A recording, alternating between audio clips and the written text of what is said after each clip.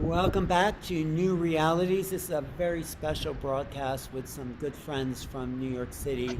And this is called World Ascending. Where do we go from here? And we have a great group of people. I'm so happy to be back together with I guess they're my old homies from New York City. I haven't been there in a while. Phil Gruber, a longtime mentor for me, Jodi Serota, who I practically grew up with, and Dafna Mordicai, who's coming into her spiritual awareness. I'm Alan Steinfeld, along with Zenka Caro. And I just want to tell people a few things I'm working on, and then I'll be back later.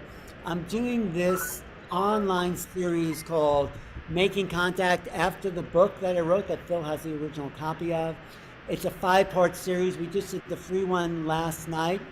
But if you go to makingcontactseries.com, you could register for the whole thing, which will include interviews with Danny Sheehan, Steve Bassett, Carolyn Cory, Linda Moulton Howe on June 16th, and Whitley Strieber together in dialogue, Mary Rodwell, and Adam Apollo and Marina Serin. So there's a lot of great people part of this series. It does cost. This meeting is being recorded. You're not going to see this anywhere else on the internet. This is going to be an exclusive online series. And I'm here today in Sedona with Zinka Caro. Just tell people what you're working on. Yeah, so I'm working on a project to really bring people into their first experiences that that really expand our mind and worldview. So we create very welcoming environments to do ET contact. We just kicked off yesterday, where Alan's going to be leading a group. I'm going to be leading a group. There's going to be people talking about dreams, channeling, whatever modality you want to choose. You're going to have a contact experience in 8 weeks. That's the way we're designing it, and we're banking the knowledge for the newcomers that come along. And what's it called? So it's lightnet.org. And we also have a lot of information about spoon bending and remote viewing. I'll be doing some remote viewing. Yeah, so if you want to you come join us to have an experience that will be life-changing, and invite people that that haven't had an experience, because at the end of the day, that's really what kicks our ascension into high gear, is really knowing through and through that this is not exactly what we thought it was. It's so much more magical and so much more fun than we ever dreamed. Exactly. So go to lightnet.com, go to .org. .org, go to Making Contact Series, so you can sign up for how is this planet waking up to who we really are? What is the essence, and how are we starting to make contact? So that's the answer to, a short answer to Jodi's question, where are we going from here? The world is ascending. So I'm so happy to be hosting this little mini conference with some of my best friends, really some of my best friends. Awesome. My old friends, great. My new friends, Beth Bell and Ed Kramer, Al Leon, Shelley Reed, all these great people that we've known each other for years. So Jodi, or do you go to Dafna to start with the meditation? Yeah, just to set the tone. But also before you go, Giselle wrote to me, she's trying to unmute herself and to make her a host. I'm going to make her a host. I spotlighted Dafna right here. And Dafna, you are spotlight. So when I make you the host, Giselle, you make me a co-host. So making you host. Okay. And wilderness.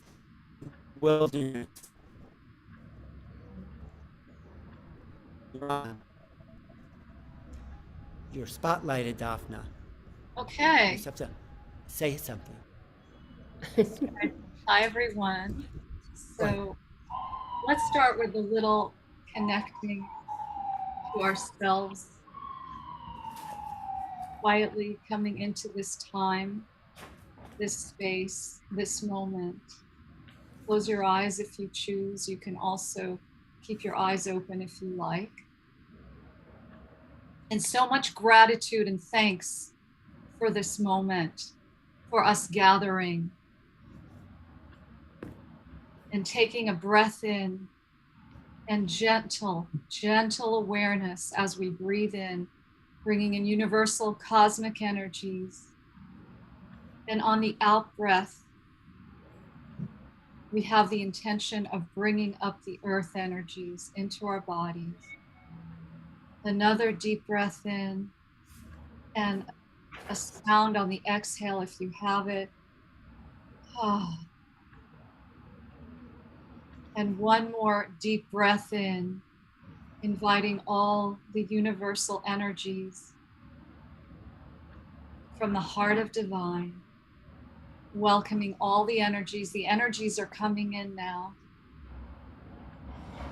And we remember always to stay grounded through the bottom of our feet, our pelvis. We can fly as high as we choose and stay connected to earth at the same time. Earth and ether at the same time in this body temple.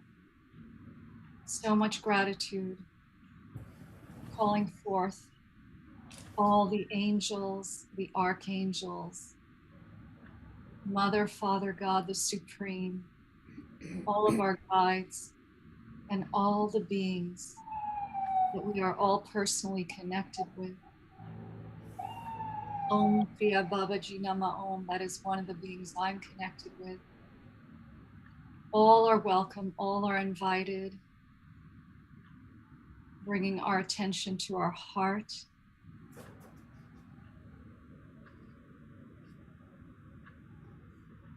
And as our heart is beating, we are also connecting to our heart center. Remember, it's 360 degrees all the way around, front and back. And we gently breathe into that, inviting in the light. Earth and ether, our body is the bridge. And we are connected to all, remembering our divine origins, who we are, what we are here for, why we are all here together in this moment at this very significant time on the planet. Everything is ascending, and we came here for that. And just dipping in deep a little bit more, diving in, resting in this moment, allowing everything to rest, allowing yourself to be exactly as you are in this moment. No efforting, just being and just inviting the connection to each other, to universe. Blue energies are coming in. Violet energies are coming in with some pink. It's just pouring in. Whether you can feel it or not, just be in a state of allowing and connection and open as much as you can and just rest.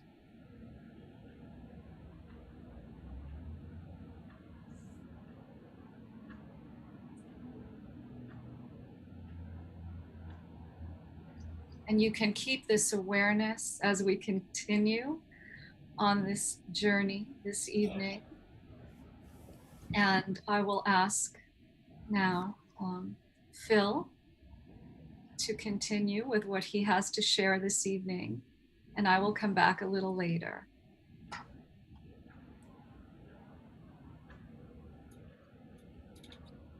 Phil, you're muted. Yes. Thank you, Dafna. Thank you. So I'd like to start, first of all, I'm really happy, very, very happy to be here with you all this morning, afternoon, evening, wherever, whenever you happen to be. I'd like to start. It's interesting that I'm up first here because I just want to lay this out in a larger context as far as why we're all here to begin with.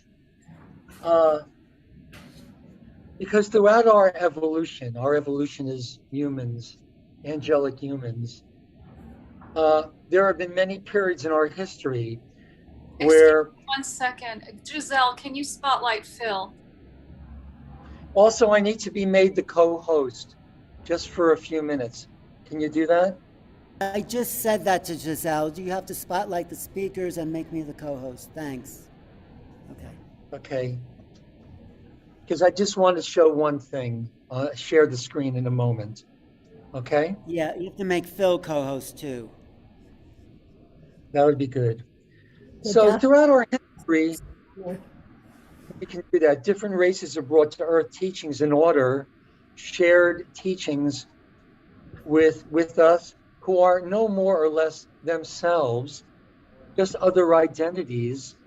There we go. Thank you. And I will do the admitting, since I'm the active co-host now, to influence and direct the course of human evolution. I want to talk about some of our founders' races. There's Rita coming in. And realize that this information is sourced in love. It's an expression of love. If the higher aspects and the higher identities of ourselves didn't care so much about us and our continuing evolution and the fulfillment of our purpose, the reason and purposes of our creation, they wouldn't have intervened so many times in our history to give this information to us so we could finally understand who we are, where we come from, and where we're going. So this information is an aspect of love, and people sometimes say, well, where's the initiation, where's the activation? The words themselves, all languages, whether they're written, spoken, sung, chanted, toned, all languages will convert into electrical impulse in the body. And that electrical impulse is a mathematical program. And we have many, many, many what's called gates of light, Kabbalistically speaking, gates of light in our body. Some people will call them chakras. Some people will call them diotic, meiotic points. Whatever you call them, we have innumerable portals within us to higher intelligence. And just these words, treat these next 25 minutes as an initiation, as a meditation, as an ordination, whatever you want. The knowledge base is very, very important. It is coming from a place of such love and such respect and such gratitude. I don't even know if people really, sure, we know about gratitude as giving thanks, but I wonder how many people really understand that gratitude, you don't have to go further than Wallace Wattles' Success Through Creative Thought, The Science of Getting Rich. This was primary source material and the inspiration. Oh, Marie Antoinette is just coming in. Okay. Marie Antoine. Hi, Marie. If they understood that gratitude is a magnetic force, in Charles Haanel's The Master Key, written originally as a mail order course in 1916 and then published in book form in 1919, in the very first lesson of the Master Key, which what? It teaches us there's a way of thinking, a proper method of thinking, so we can control our thoughts. How many of this work, or the work we do, doesn't work or can't hold, or we can't stay focused in the work or stay focused in this fields? Because we can't control our thoughts. The Master Key teaches first and foremost how to control our thoughts. Wallace Wattles says there's a way of thinking. And when he says there's a way of thinking, it implies that there is a preferred way of thinking, that our thoughts aren't disordered, that we can learn to finally control our thoughts and manifest in our lives that which we truly want. You know, it's really strange because you'll go, I've done a lot of work in hospice, and they'll come in sometimes and they'll throw surveys at these people. It's their last breaths, and they throw these surveys at people, but they have done them, and they have wanted to find out what's on the minds of people that are dying, that are transitioning. And do you know what the number one regret of dying people are? There's 5 major ones, but the number one regret of dying people, and you go to someone who's dying, what's coming out of their mouth is probably, could probably take that to the bank as we say, well, the number one regret of dying people is that they didn't live a life true to themselves. That they did not live a life true to themselves. They lived a life, they based their lives on realities that they bought that they bought into, that it really wasn't their vision of what they wanted their lives to be. And that's very, very important. And the whole thing is the irony is that we don't have to wait to be in our deathbeds to realize that we really need to live lives that are true to ourselves. And gratitude with forgiveness is probably one of the most, if the most, maybe the most powerful force for healing. Gratitude is a lot more than giving thanks, everybody. Wallace Wattles, Charles Haanel, in The Master Key, The Science of Getting Rich, many of these New Thought authors from the mid-1800s to the early decades of the 1900s, they were transcendentalists. Men, women alike were all members of secret societies, secret orders, magical orders, what have you. Gratitude is a magnetic force. In the Master Key, Lesson 1, Charles Haanel gives the great secret of life. And he says that the great secret of life is in the coordination of two very special centers. The centers he's talking about is the brain and the solar plexus. And how do you coordinate the brain and the solar plexus? Gratitude is a magnetic force that unites your brain and your solar plexus in the heart space. Because the heart is where gratitude is felt, and the heart with true forgiveness that doesn't imply blame. There is no blame. Forgiveness is forgiving. What do you have to do? What do you have to let go of? What has to be revealed to you so you understand that you are a channel for grace to come into the world? And anything that blocks that process, you need to walk away from. Sure, you can ask it like the shadow. You can ask the shadow to integrate with you. And if it doesn't, if it wants to just steer its own course, you have to lovingly, lovingly, lovingly let it go. Forgiveness and grace. Look at Emoto's crystals. The most beautiful ones are the ones that you just project the thoughts of forgiveness and gratitude. And I believe there is nothing that forgiveness and gratitude alone, which of course encompasses a lot, that gratitude and forgiveness alone cannot heal, cannot clear, cannot transmute. And how do you forgive? How do you truly forgive? You realize that if you've been violated, or if you've been the one who's done the violation, most of the time, truly, they didn't know what they were doing. The ones that knew what they were doing and still chose to violate, well, their redemption is probably not going to come in this world. In the Pistis Sophia, Jesus is very clear about that there are ones whose sins are so great that their forgiveness will not be found in this world, but in the world to come. So how do you forgive? You make an apology. You apologize. You simply apologize. Progressive apology places you in a position of never having been separated from the one. And what does apology mean? Apollo means not many. So when you apologize, you're reaffirming the oneness. And there is nothing, at least in my experience, more powerful than that affirmation.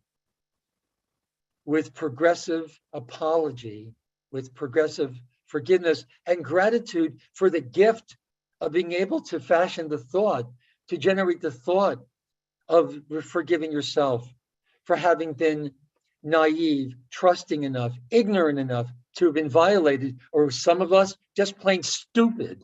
Forgive yourself and forgive those who have violated you. There is nothing more powerful than that. And the truth is that races, our founders' races, our elder races, they have brought teachings to earth many, many times in our history to influence and direct the course of evolution. The names I'm going to name here of some of our founders' races, if you've heard them before, great. If you feel that this is important, just really embrace this, because this is coming to you from such love. It's rooted in such love. Races that we're all members of. Ultimately, the memory is in our genetics. The memory is in our DNA code. You think you're Pleiadian? Well, that's because the fifth strain is starting to activate. Fifth strain relates to the fifth dimension. Fifth dimension is where most of our Pleiadian contacts come from. Sixth, Sirius. Seventh, Arcturus. Fifth, Pleiadian. Sixth, Sirian. Seventh, Arcturian. Eighth, Orion. Ninth, Andromedan. 10th, 11th, and 12th, Lyra. A lot of our contacts now are coming from 11th dimensional Lyra. You see 1111 on the clock? Well, chances are you came from an avatar collective in the 11th dimension. In the cradle of Lyra, rockabye baby on the treetop, when the wind blows, the cradle of Lyra or Lyra will rock. When the bough breaks, the cradle of Lyra will fall, the seal breaks, and down will come baby, cradle and all. Well, we may have fallen to the bottom of the tree, but we all carry that imprint of the cradle of Lyra in a 12-strand DNA pattern or template that allows you to at least achieve avatar status. There's so much with this, but the story is, when I mention some of these names, realize that these names are specific organizations of what's called, scalar waves.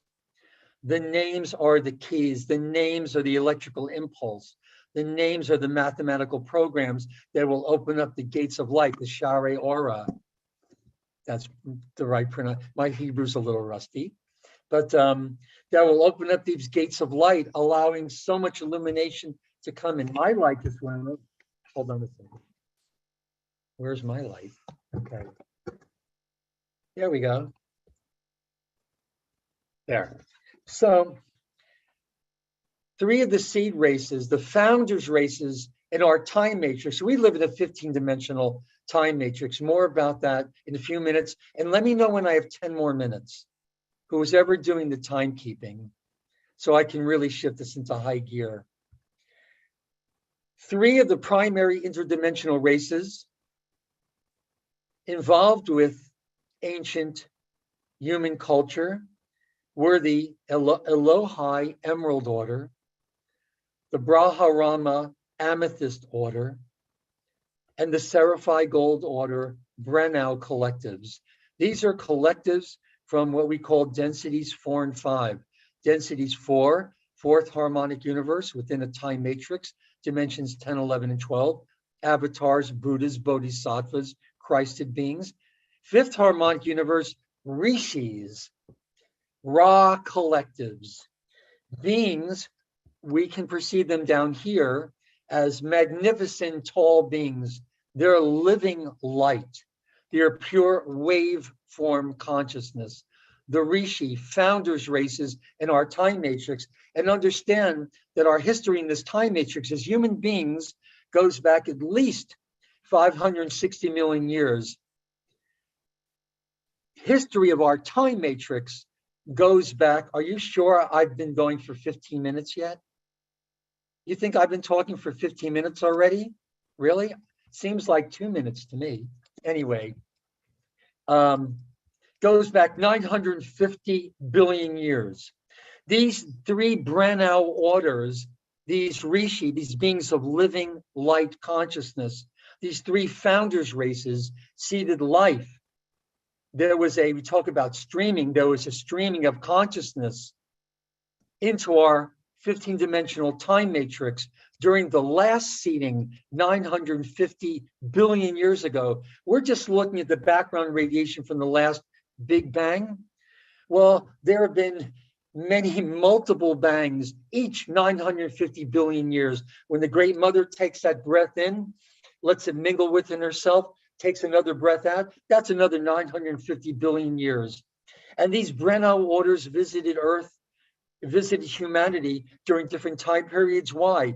In an attempt to keep the history of humanity's original creation contract and evolutionary destiny. We do have individual and collective evolutionary destinies to keep that alive. And the original co-evolution agreement made between the Brenau, the founders races in our time matrix, was called the Emerald Covenant.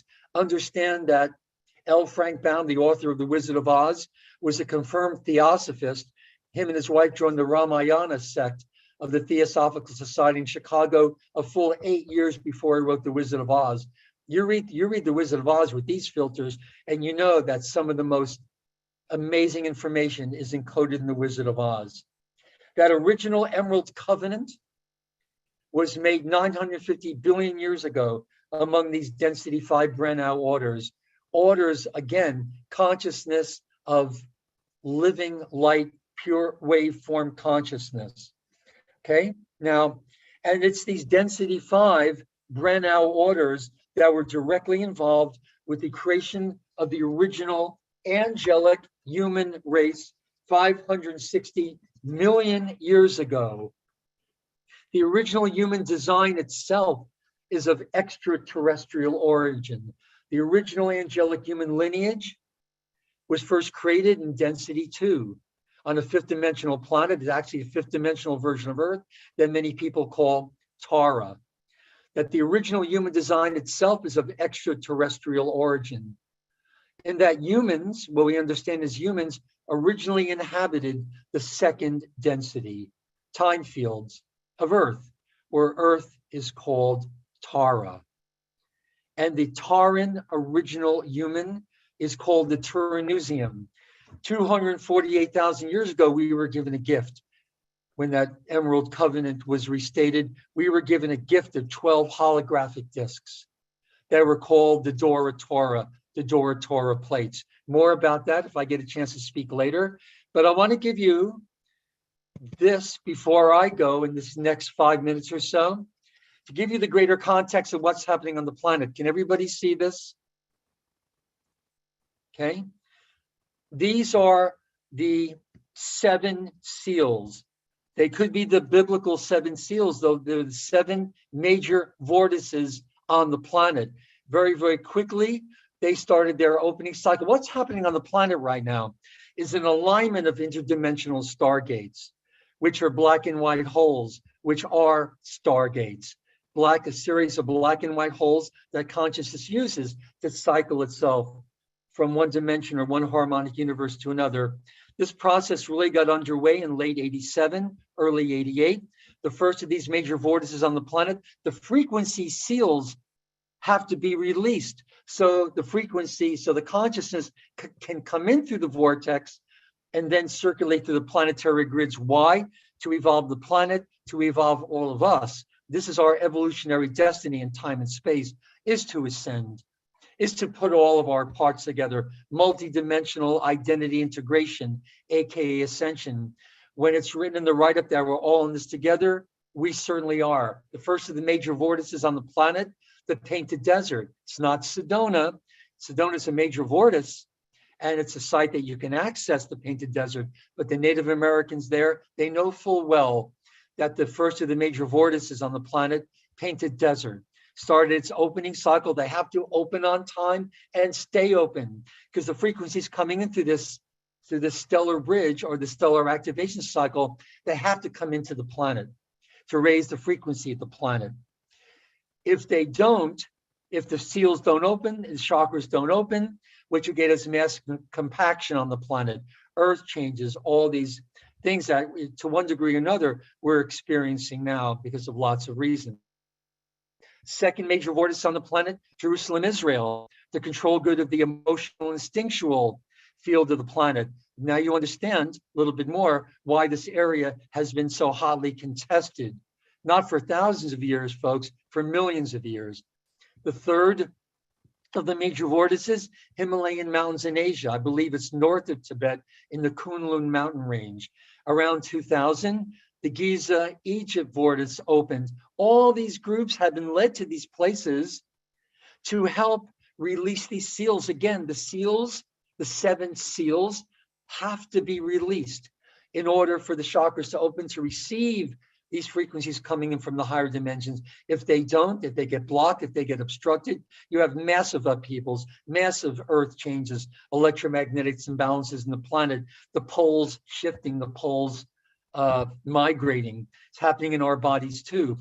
But when Giza opened, it grounded. This ascension cycle, the shift of the ages, grounded. The 5th vortex, Machu Picchu in Peru, timed June of 2004, timed with the Venus transit of 2004. Interestingly enough, There are sites that are paired with these major vortices. The site that's paired with Machu Picchu, Peru, is the Vatican in Rome.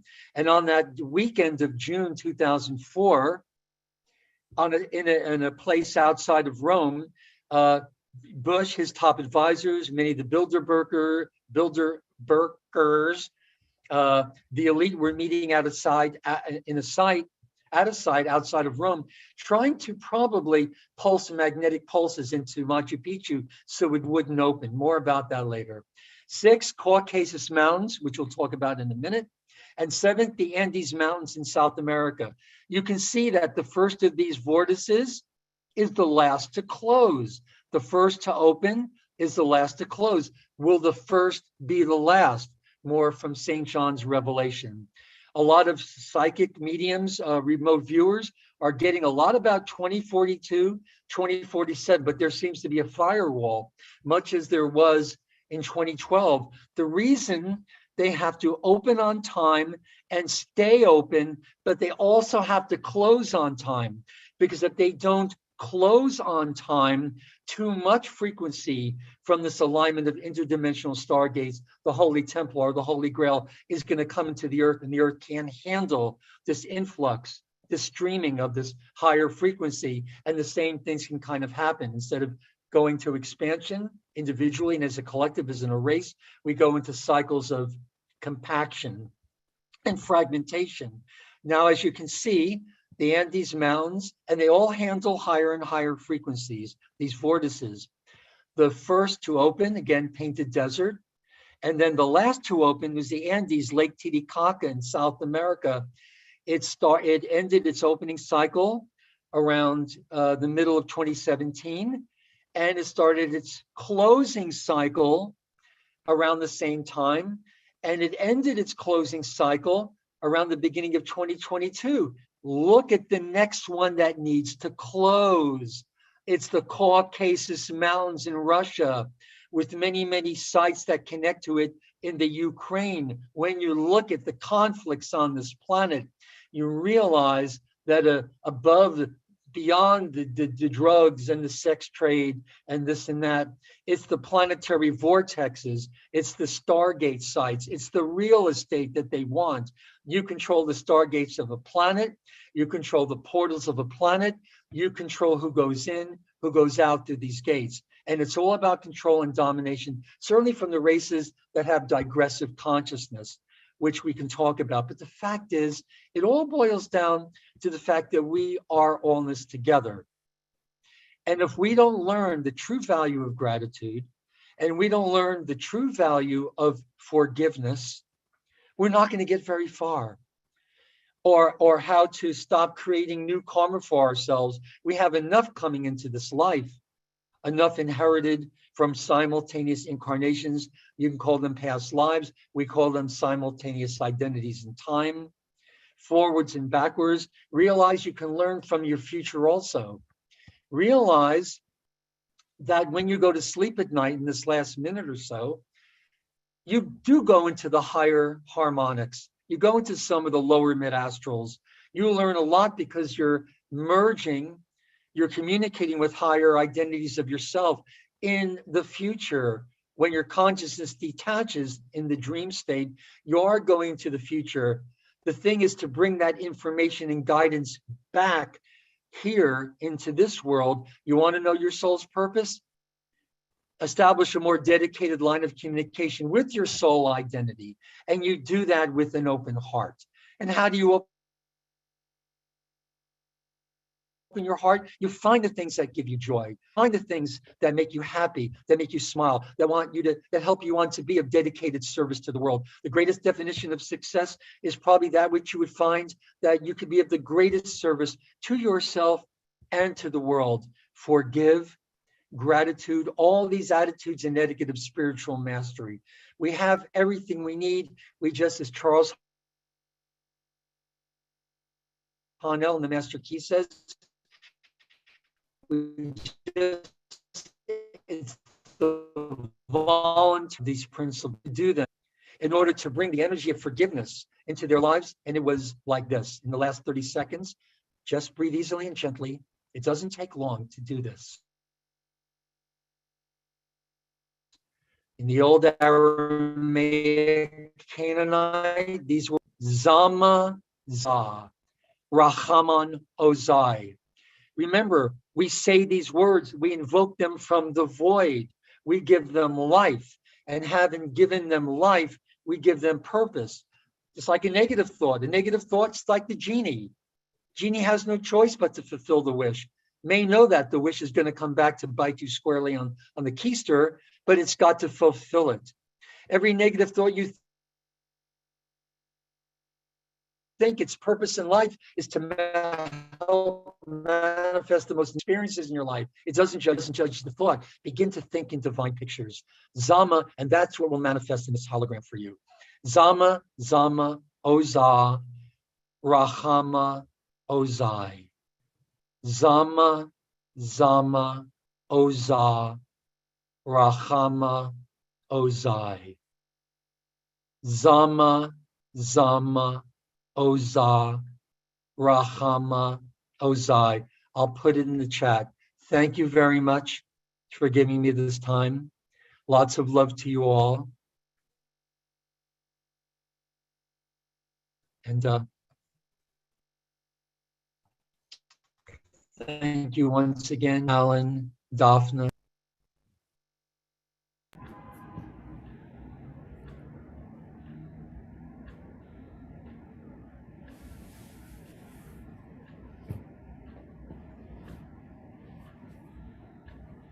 Debbie Grace there has it. Zama, Zama. She just posted it in the chat. Zama, Zama, Oza, Rahama, Ozai, that Jesus gave to his disciples to really understand, to really be in that energy of forgiveness. Thank you. Thank you, Phil. Back to you. So how do I get on the main? Am I on the main thing or not? Yes, you are. There I am. Okay. Hold on one second. Hi, everyone, and thank you, Phil, and thank you, Dafna and Alan. Thank you all for being here. So I'm going to talk a little bit about ascension first, and then I'm going to work with vibrational light languages and some sound to activate and awaken a lot of our codes of consciousness, and to be aware of how we've chosen to be in these bodies, to be at this time on the planet for a reason. And I'm going to do some experiential things with what I'm speaking about. So my work is I'm a channel. I work with Akashic record readings and healing work. And I also work with light languages and sound. I'm an artist. I work with the vibrational frequency through visual vibration, audible vibration, and kinesthetic vibration. And I'm trying to figure out how to follow Phil. He has so much information that I'll try to relate it somehow. It's all connected. But that's the thing, everything is connected. We're connected to each other, we're connected to the earth, we're connected to the star systems, beyond the beyond, all different time frames and timelines and past lives. I work a lot with my sound activations to help to clear karmic patterning. It's the energy that we work through, that we live through, where we've responded. A lot of it is out of survival or just trying to get through things. And we're still bringing a lot of that in. Some of the cycles, even what we talked about a little bit, the cycles that we're going through now, a lot of it are the cycles from historic times, because we're coming into a time where we can really shift our karma. And a lot of what we came to be on the planet about right now, the Earth herself has been going through an ascension process, and she's invited us here to accelerate our ascension process of the acceleration of clearing our karma. And the karma, again, is the energetic charges that our lives are still being filtered through from lifetimes where we were not accepted for who we were. And we have to either, some of the patterning can come about as trying to be what people expect us to be, just to be safe. And so we're now at a time where this is the 4th time that we've gone through an ascension process. It's a 26,000-year cycle. And the last 3 times, we didn't make it. We used our powers inappropriately. We blew up the planet through all sorts of crystal technology and just empowerment. Things about empowerment is really about full expression of ourselves. So we're here to remember who we really are. What are we really here to express from the point of what Phil was talking about, really coming from love, which is an all-inclusive frequency. It's all-inclusive, it has no conditions, but we haven't been living that for eons of time, and things that have been passed down through lineage, generations, and ancestries. It's coming from a lot of times war times, and we're still having war. We're still going through survival. We came on this planet to be in physical form, to go through an ascension process. And usually for an ascension, you usually die to then get the bigger picture of who you were in that life, what you were there to understand and embody, and while you're in physical form, to evolve through all these past experiences so that we can come back to remembering the truth of who we already are, which is the source of God, or guidance, all that it is, just the source of love. So we're at a point now, though, in this particular time of ascension, where we're beyond where we've ever gotten before. So we're actually in very uncharted territory. And as you can see, we're going through a lot of historically, all the things that have not been completed that have to do with unity consciousness, goodness for all.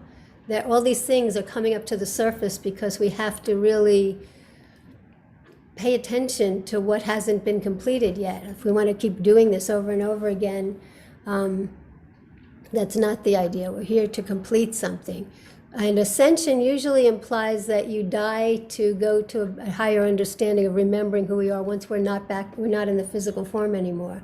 Now we're here to ascend in physical form, which feels harder because we have to stay in our bodies and feel, which is part of the feminine energy. So we're sort of here also to balance our masculine and feminine energy. But the part of ascension that we're going through, the actual death, is not a physical death. It's in this time period.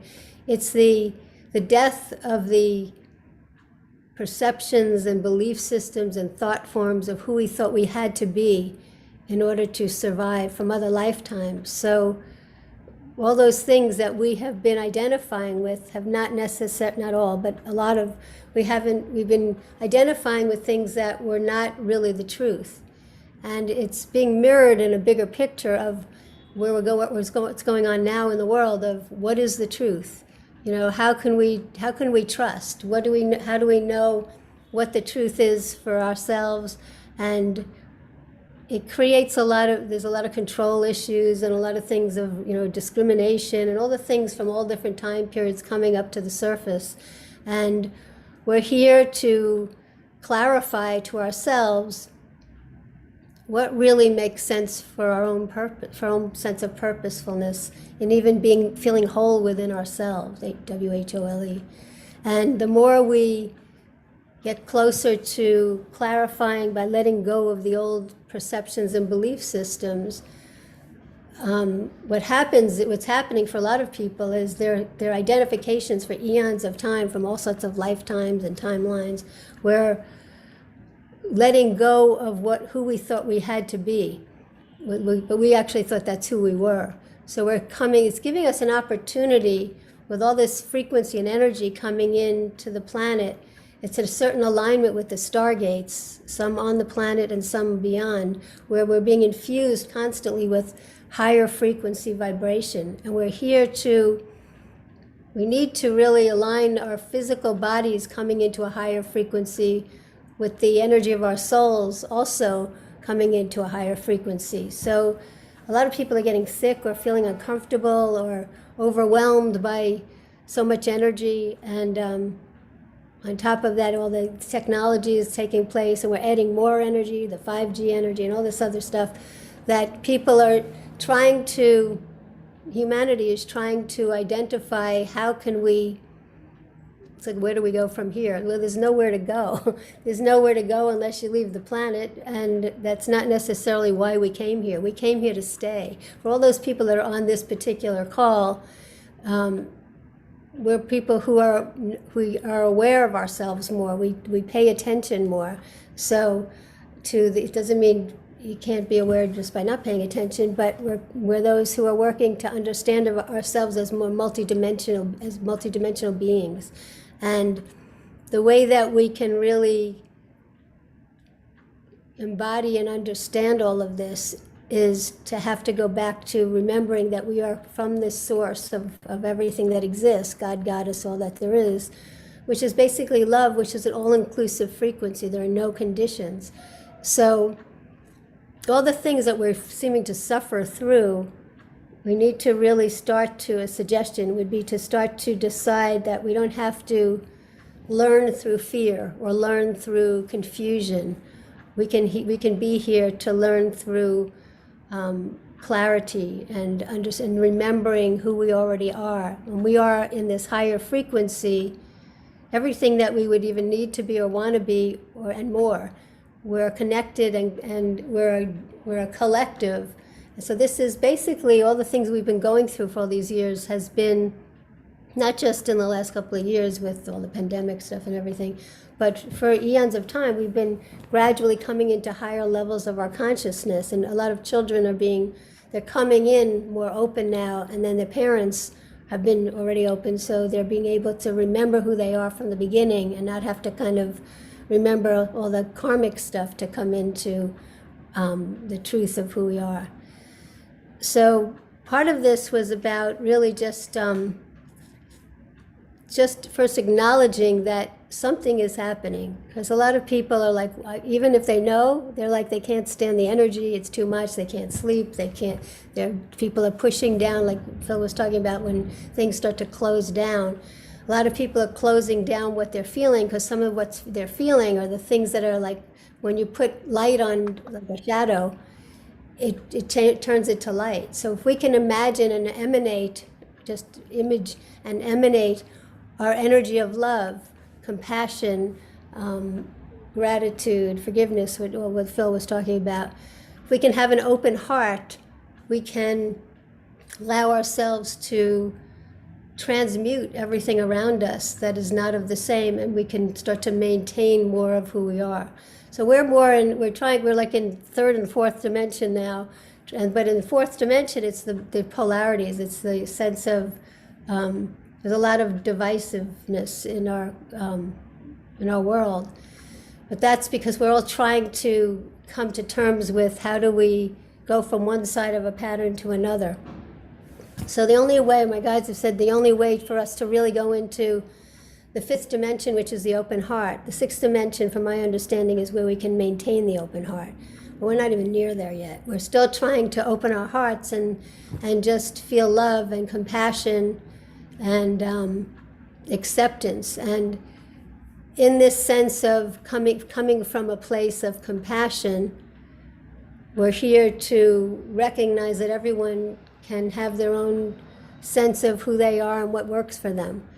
So rather than feeling like one is a better way or another is a better way, or you don't get it, or you can be what you want but they don't understand, you're already goes back into being sort of in that divisive place of polarities.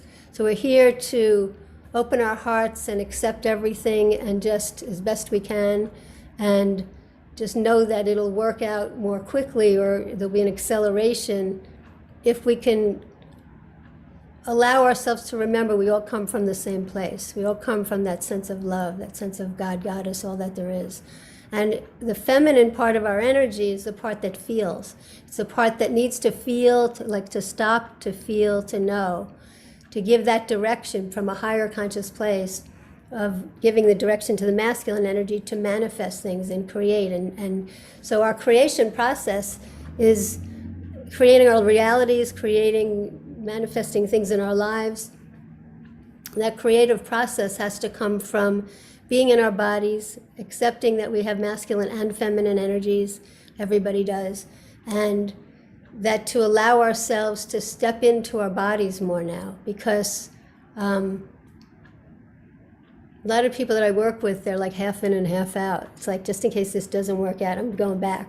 Or, they want to come in, but it's too much to bear to feel as deeply as what's going on, to move through it. And so I'm going to I just want to be able to do a little bit of some kind of energy thing. So just close your eyes for a moment. And I work with sound and light languages. The sound helps to clear karma. The light language is a combination of energies through me, from the earth plane before karmic patterning began, before humans even inhabited the earth. So we're like starting from a clean slate. And then what these light languages do, they affect you by helping you to remember yourself from the earth, beyond the earth, the star systems, the planets, and beyond the beyond. Helps us to remember ourselves as being multidimensional beings. We're not just here in our little space. We are extended, and we are living in all different realms simultaneously in our expansion of who we are. It also helps to awaken your codes of consciousness. This is what I was told for me in relation to the languages that come through me. And they're connected also. I'm going to be doing something else in a few weeks on the ancient crystal skulls, and I have a whole connection with that, and it's where my light language started to come out. And but they were telling me this, I'm not going to get too far into this, but they were telling me that it's interconnected, and they gave me a whole vision of a download of something, remembering being part of beings from the star systems, 13 of us, having something to do with how we put through light language into these crystals, and I'll get into it more. But anyway, they open us up and help us to remember the truth of who we are. So close your eyes and take a few deep breaths. And the key here is really, on all of this, like, where do we go from here? We have to get back to remembering we're all part of everything together. There's nowhere to go. There's nowhere to hide. We have to really be in alignment with each other through an open heart, through love, and in that, stay in our bodies while we're here and experience the clarity of clearing out all the past stuff to get to what's already underneath, which is the remembrance of truth, the remembrance that we are that God Goddess consciousness within and without, and we're all from the same source. So we have to start to acknowledge and recognize and accept that everybody's working it through in their own way, and there's a lot of negative things going on in the world, so it's kind of like, it's hard to say we can accept that, but if you can't accept that, then focus in on yourself so that everything is like a mirror on some level of our consciousness. So it's not a blaming thing, it's an acceptance and remembering. So close your eyes, take a few deep breaths. I only have a few more minutes. It does go fast.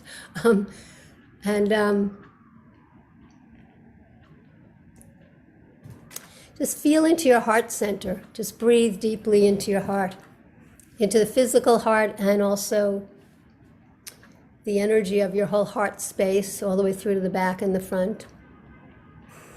And as you breathe, just tell yourself, every time I breathe consciously or unconsciously from this point on, I allow myself to know that my heart is opening more in an expanded way, in a way that I can feel my own love for myself and for all of consciousness and humanity and beyond. So hold an intention of something that you would like to clear within yourself. Like if you have a lot of fear and that's how you seem to have to overcome fears to learn something, make a choice about learning and remembering through love, through acceptance, through recognition, through clarity, through remembering the truth of who you already are in the highest level. And our future selves are already who we already are. We are the future of our past, and we are the past of the future that already exists in another way, dimension. So breathe and take a few deep breaths. Breathe and breathe deeper. And as you're breathing, hold an intention of something you would like to transmute. So you don't have to process anything in transformation. It instantly shifts. We're calling on Saint Germain's energy, which is the violet flame that can be in your field and through your body.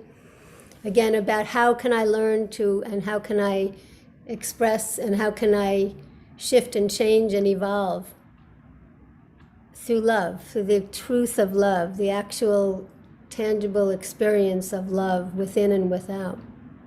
An all-inclusive frequency which has no conditions. It just is. Pashana marakim braki sandarandum bahanda durum barashele kundarakim baredur ashanene braki salamare kurumbare basa somana de kumade ambare shalalim raka sharamana ragisana doa. Remembering the sacredness of who you are.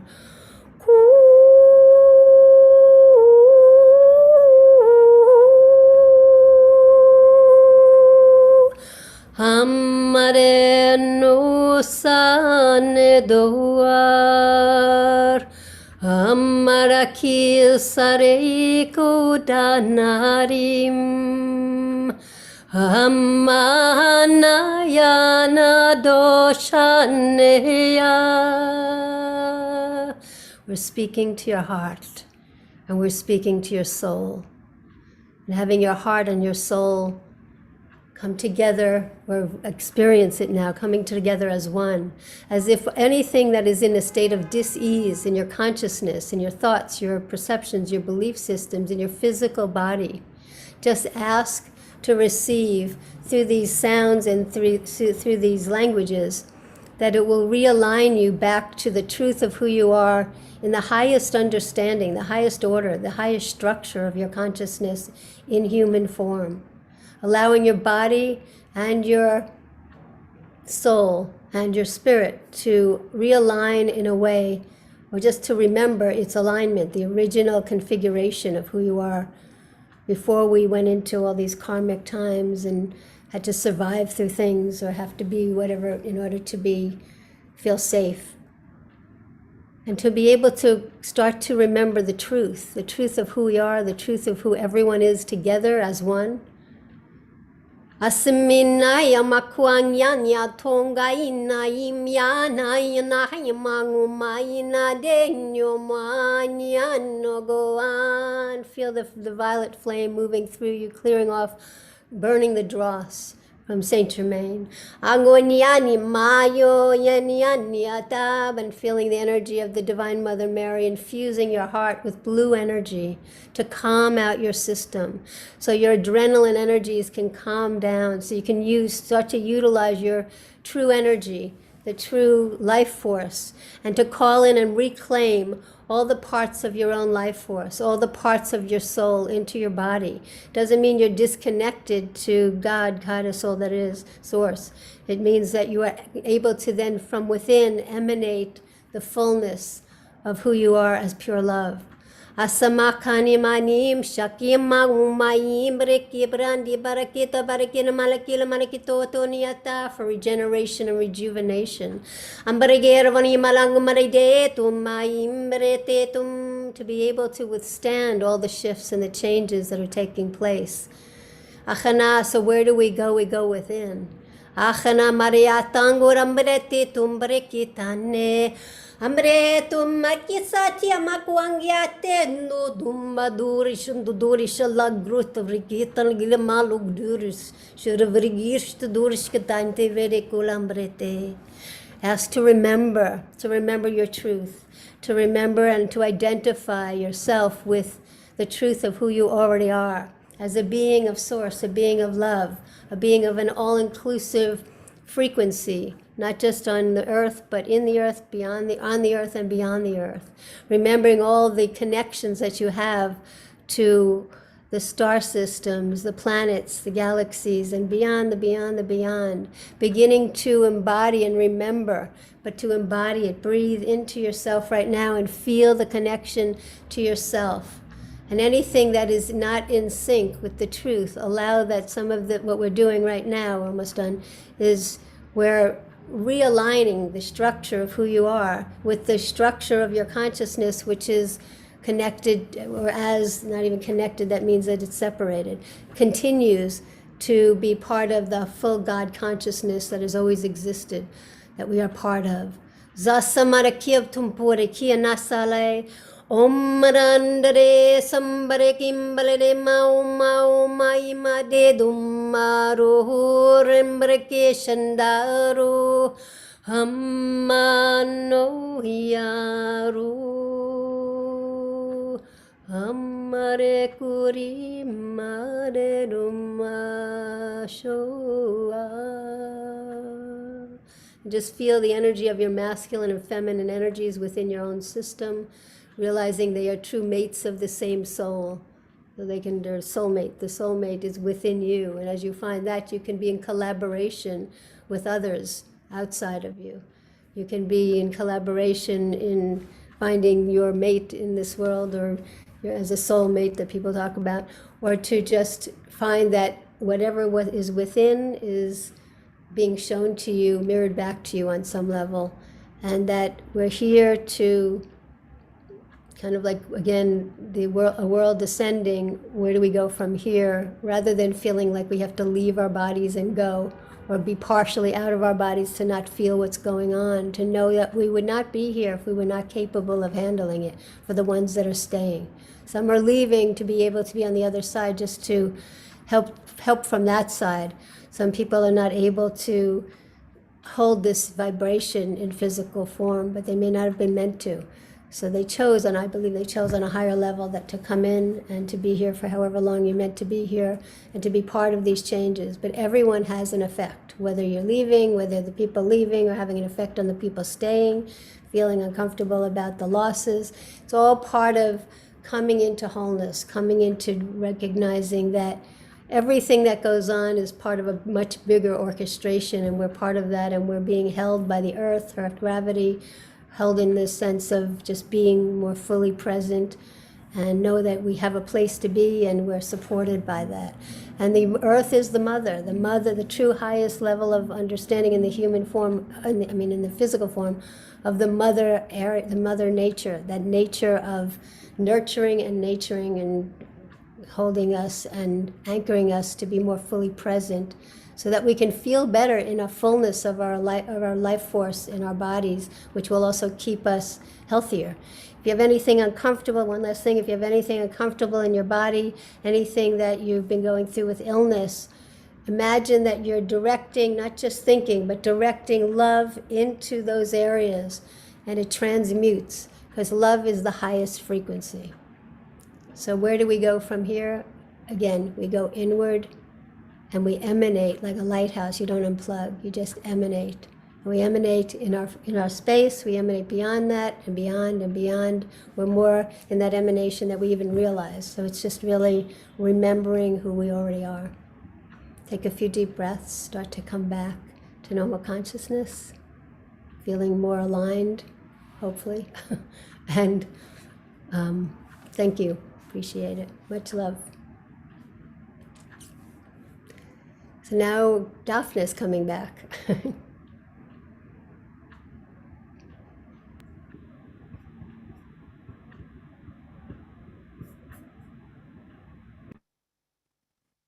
Hey, Jodi. Glad. Thank you, Dafna. How's Hi. it going here? It's good. We're about to go on another journey, experiential journey, and then I'll invite you to come back on. Does that sound good? Sure. That sounds great. You're looking great. That's a great background. Okay, ready for the journey. Okay, okay, everyone. So yeah, what a time we're in right now. And I know for myself, it has been so incredibly intense. The energies coming in right now, and so many people that I've talked to, healers or not, are experiencing this. It's a time where it's like no stone can be left unturned.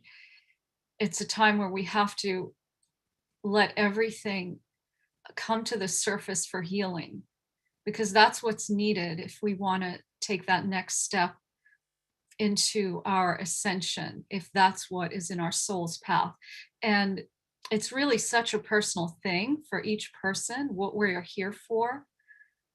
I can speak for myself. I'm very much here for this time. And so much work has to be done.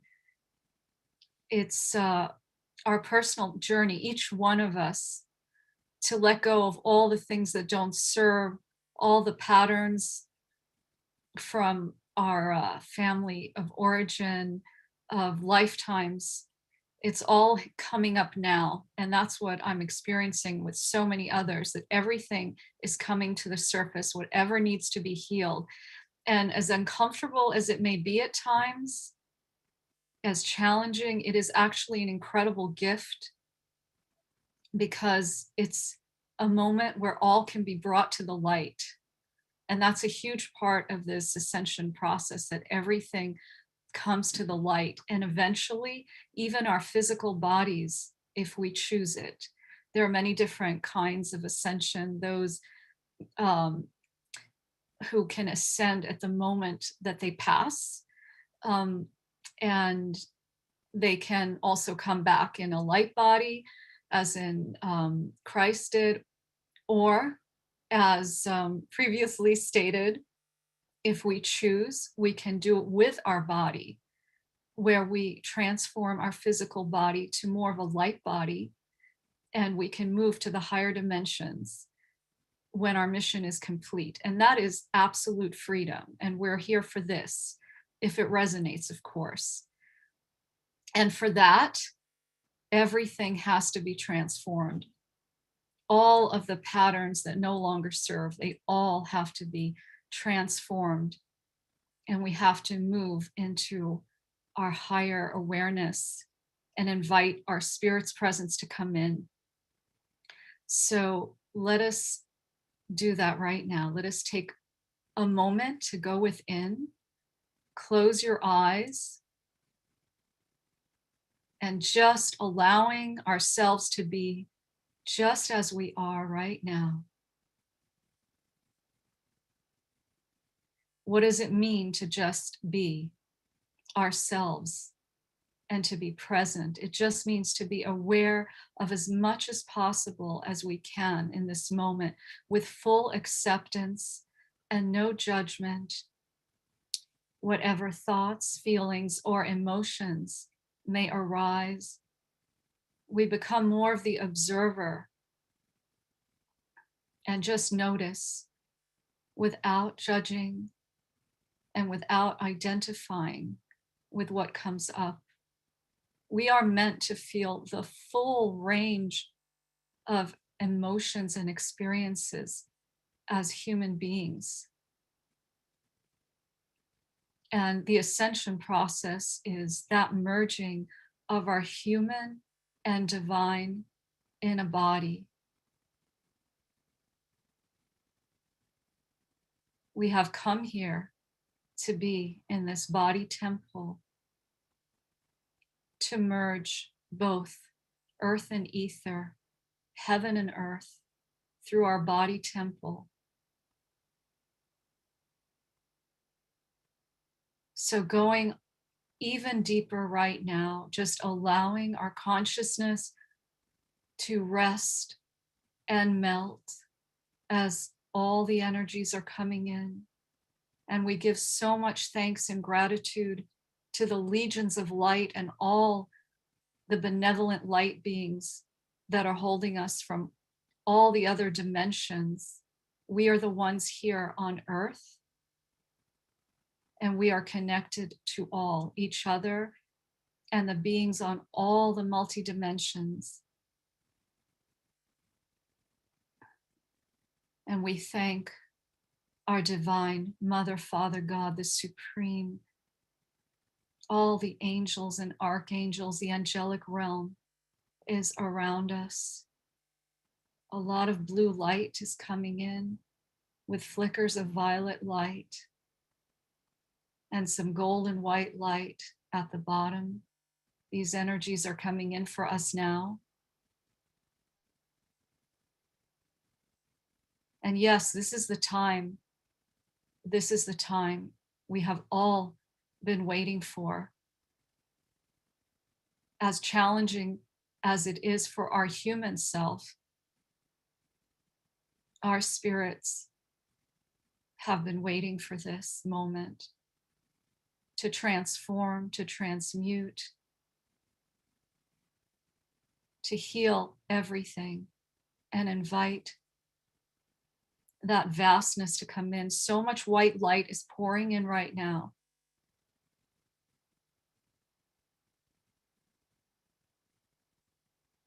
And I'm going to say some words. You can say them inwardly or just take them in through your ears. I am the sacred fire of creation. I am one undifferentiated, continuous self, microcosm to macrocosm. I am all that there is, infinite beingness. I am the healer that I am, the master.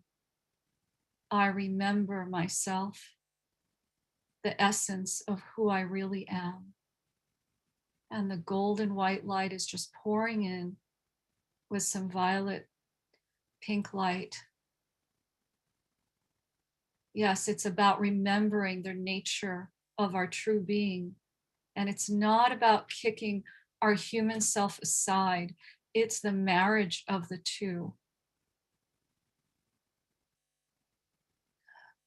Gently taking a deep breath, allowing these energies to permeate. More of this golden light in these beautiful patterns are just coming in like a waterfall of divine light. And just always remembering to stay grounded at the same time, never losing our connection to earth. So it's the mixing of the earth and ether in our body temple, this vehicle, our vehicle of ascension.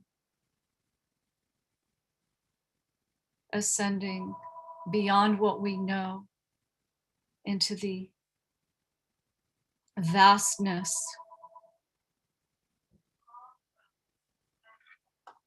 And I'm going to work silently for a moment.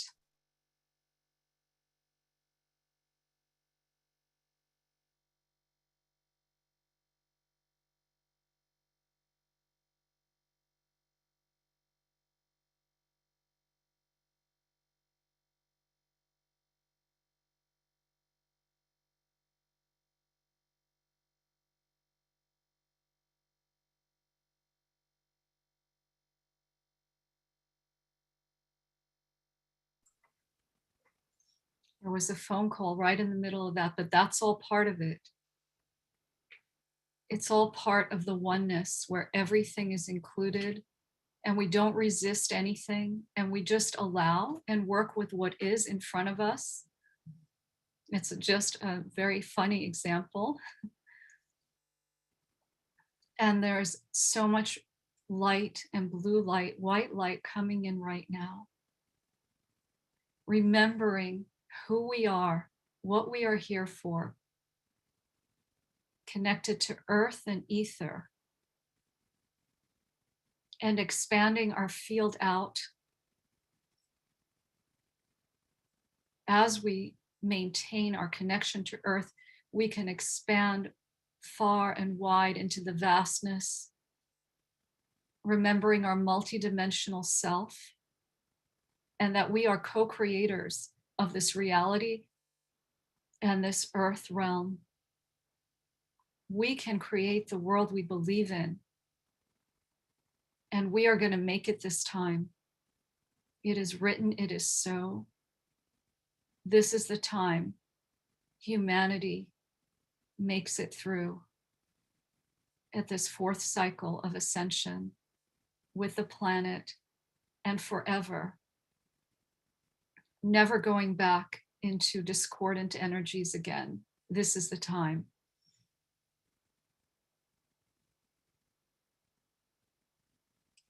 And there is green, white light, aqua light, and blue light coming in right now. And let us all take a moment for prayers internally for whatever it is that we wish to heal, to step into the next level of our evolution, what we are here to do. And we have so much assistance of nature and all the multi-dimensional beings and family of light. So let's each one of us put in that prayer in our heart for what we are here to create, what we are here to let go of. And we ask for this boon today from our higher selves, our future selves, and all the assistance of the cosmos. Golden pink light is coming in.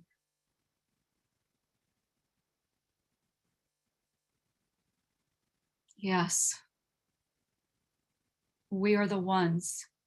We are the ones, the co-creators of this.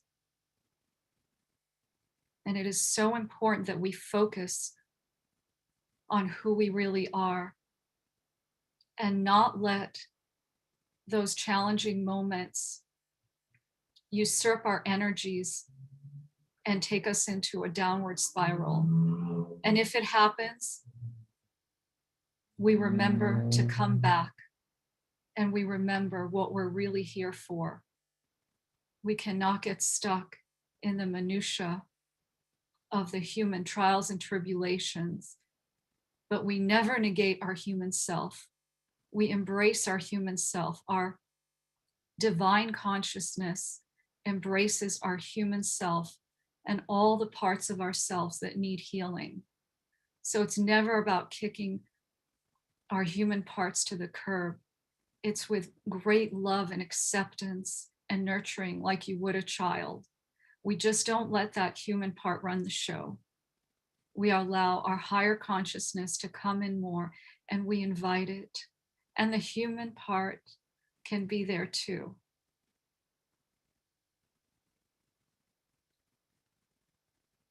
So much light of gold and white is entering our fields right now.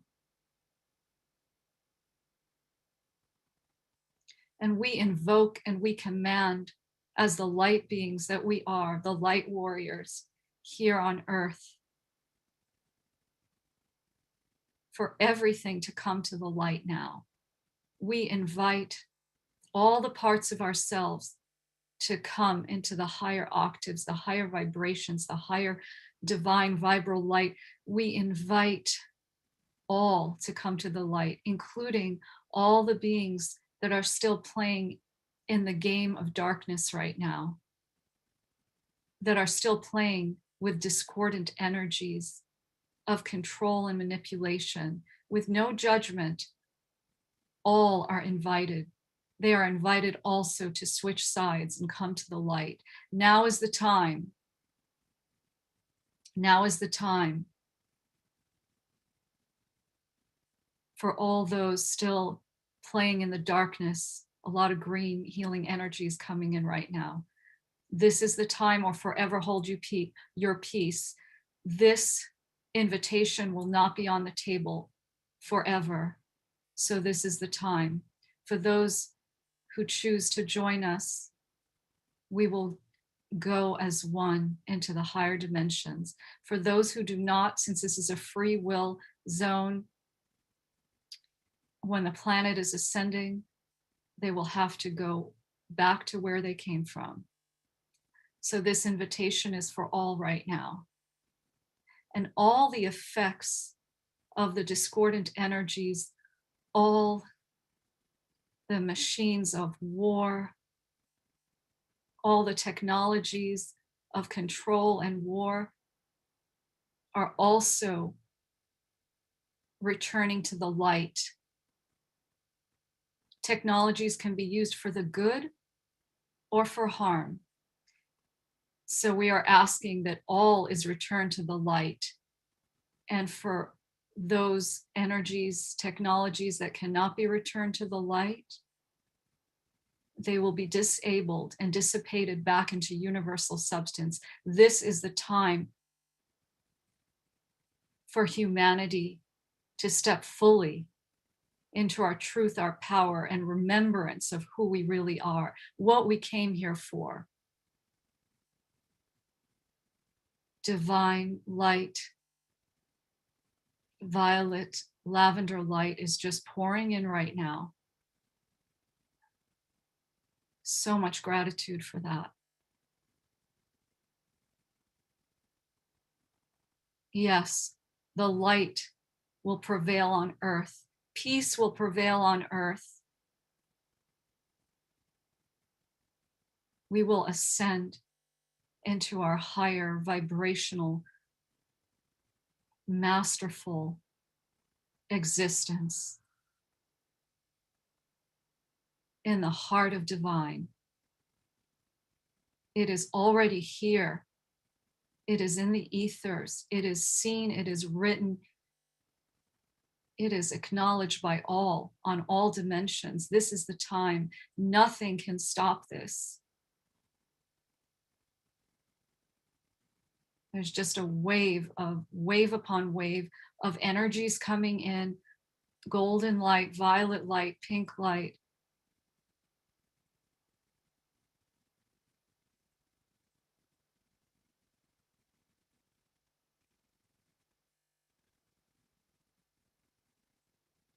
Just going to work silently for a moment.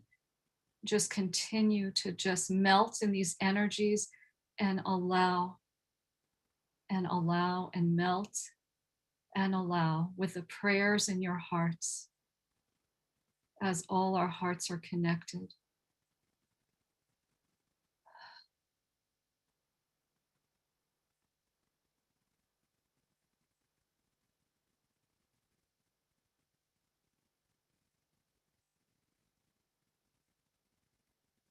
Just working silently for a moment. And I stand when I do these invocations and living prayers, as I call them, so that my feet are firmly planted on the ground. Sometimes when these energies come in, it can be pretty strong. So I love to have my feet grounded. But you can do this standing, sitting, lying down, whatever feels comfortable to you. And sometimes my body wants to move. So all is welcome in this space of allowing and connection and remembering our divine purpose, our higher self, what we are here for, inviting our higher self into our bodies. This is the time for full embodiment of all the aspects of ourselves. Om Kriya Babaji Nama Om. One of the beings I'm very connected to. And Sanat Kumara. So much gratitude and so much love. We are actually being bathed in this pool of divine energies and love energies that are just mixing in our fields. And it's so easy in this moment to remember how we're all connected and we're all holding a piece of the puzzle, each one of us with our unique vibration, and only it's in its most awakened state we can bring it here.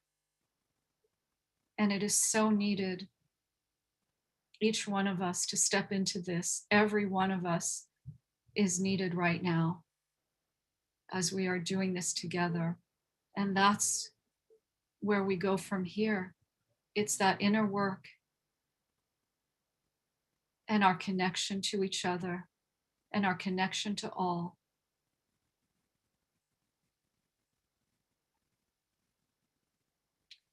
And we are moving into that time. We are in this moment where peace will prevail on earth. Only the love remains, only the light remains. Amen, amen, amen. And so it is, and it is so. And you can start to come back gently, but maintaining the same consciousness as you gently come back, because you can be in this consciousness and in your expansion at the same time. That's what this time is about.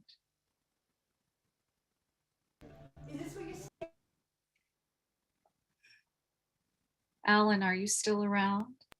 Yes. Dafna. She just did a meditation. Wait, I'll bring you on in a second. That's an old friend here I met. Thank you, Dafna. That was great. Beautiful.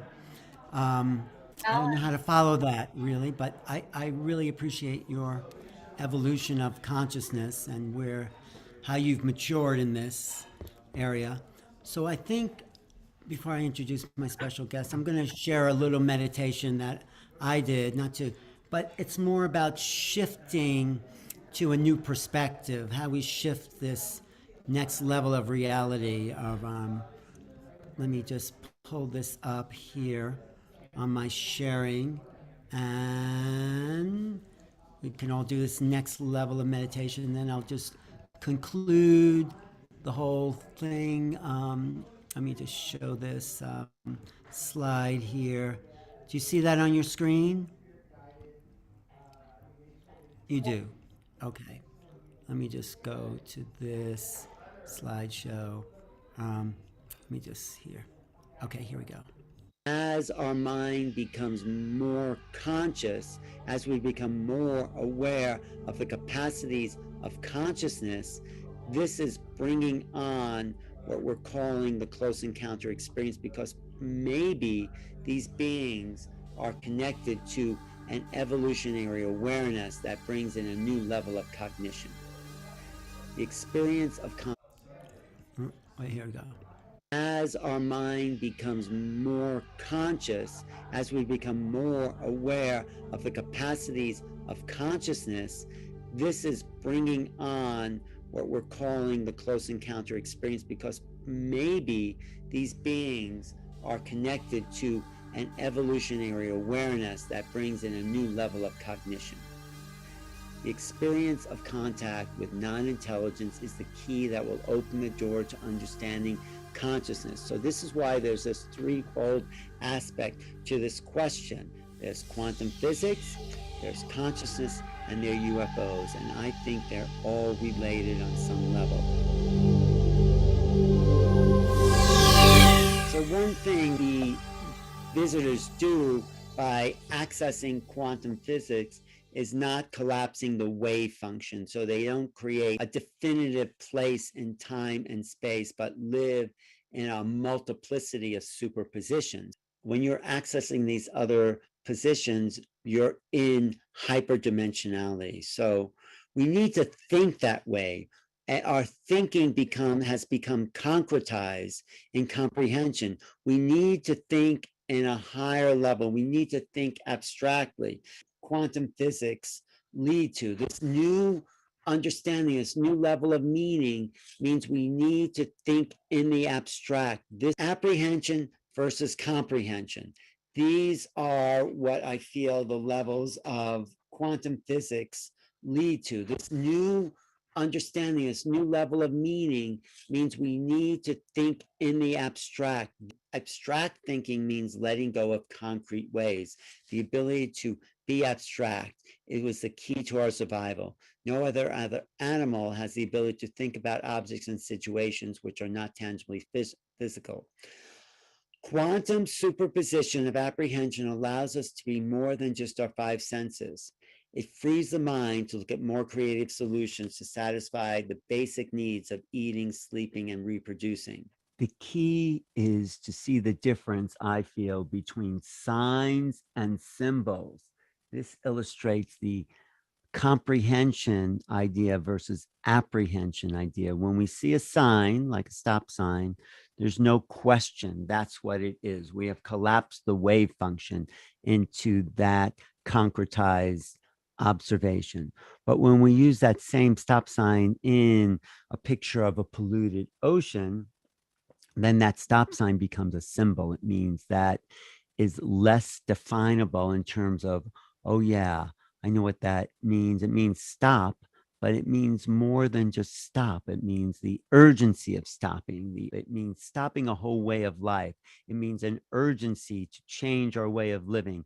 It takes on a less concrete, but more overview effect of what that image actually means. This is how I feel the ETs are in control of their reality, because they don't concretize into comprehension a single meaning.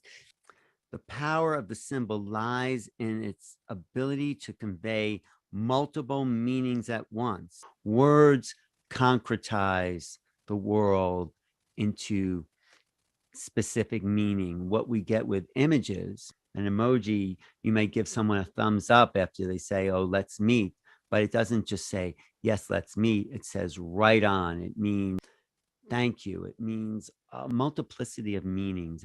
Johann Goethe says, symbols are a living, perceptual, instantaneous revelation of the unfathomable.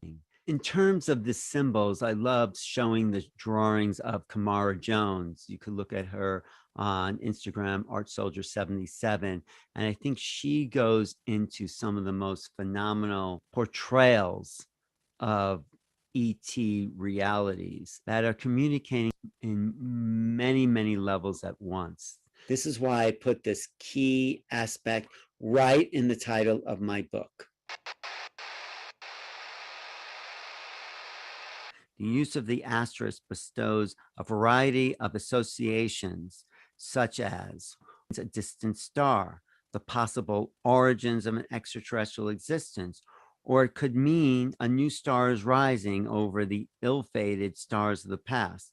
On another level, that asterisk placed between making and contact is like the center point of a compass, representing the way consciousness reaches out in all directions.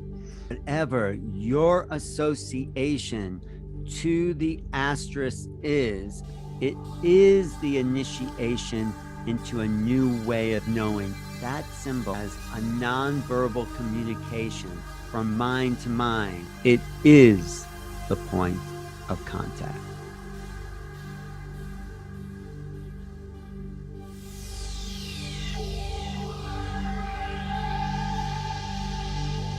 Perhaps we'll realize one day that who and what we are making contact with is really ourselves.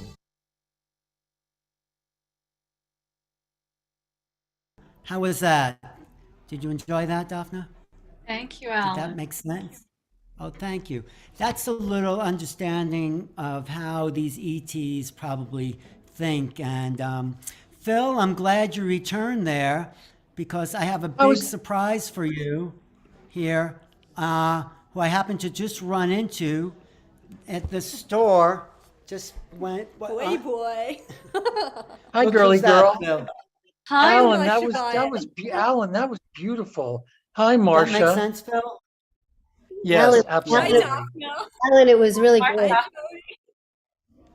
Well, did that make sense to you guys? Because I'm trying to understand how ETs think, because we're not going to understand their technology until we understand the way they perceive reality. So that's the twofold part. And not to do too much commercialness, because this was a really beautiful gathering. Thank you, Jodi, Dafna, my good friend Phil, and there's Juliet. Haven't seen you in a long time, and it's great to just be here. And Julian, of course, and all these people.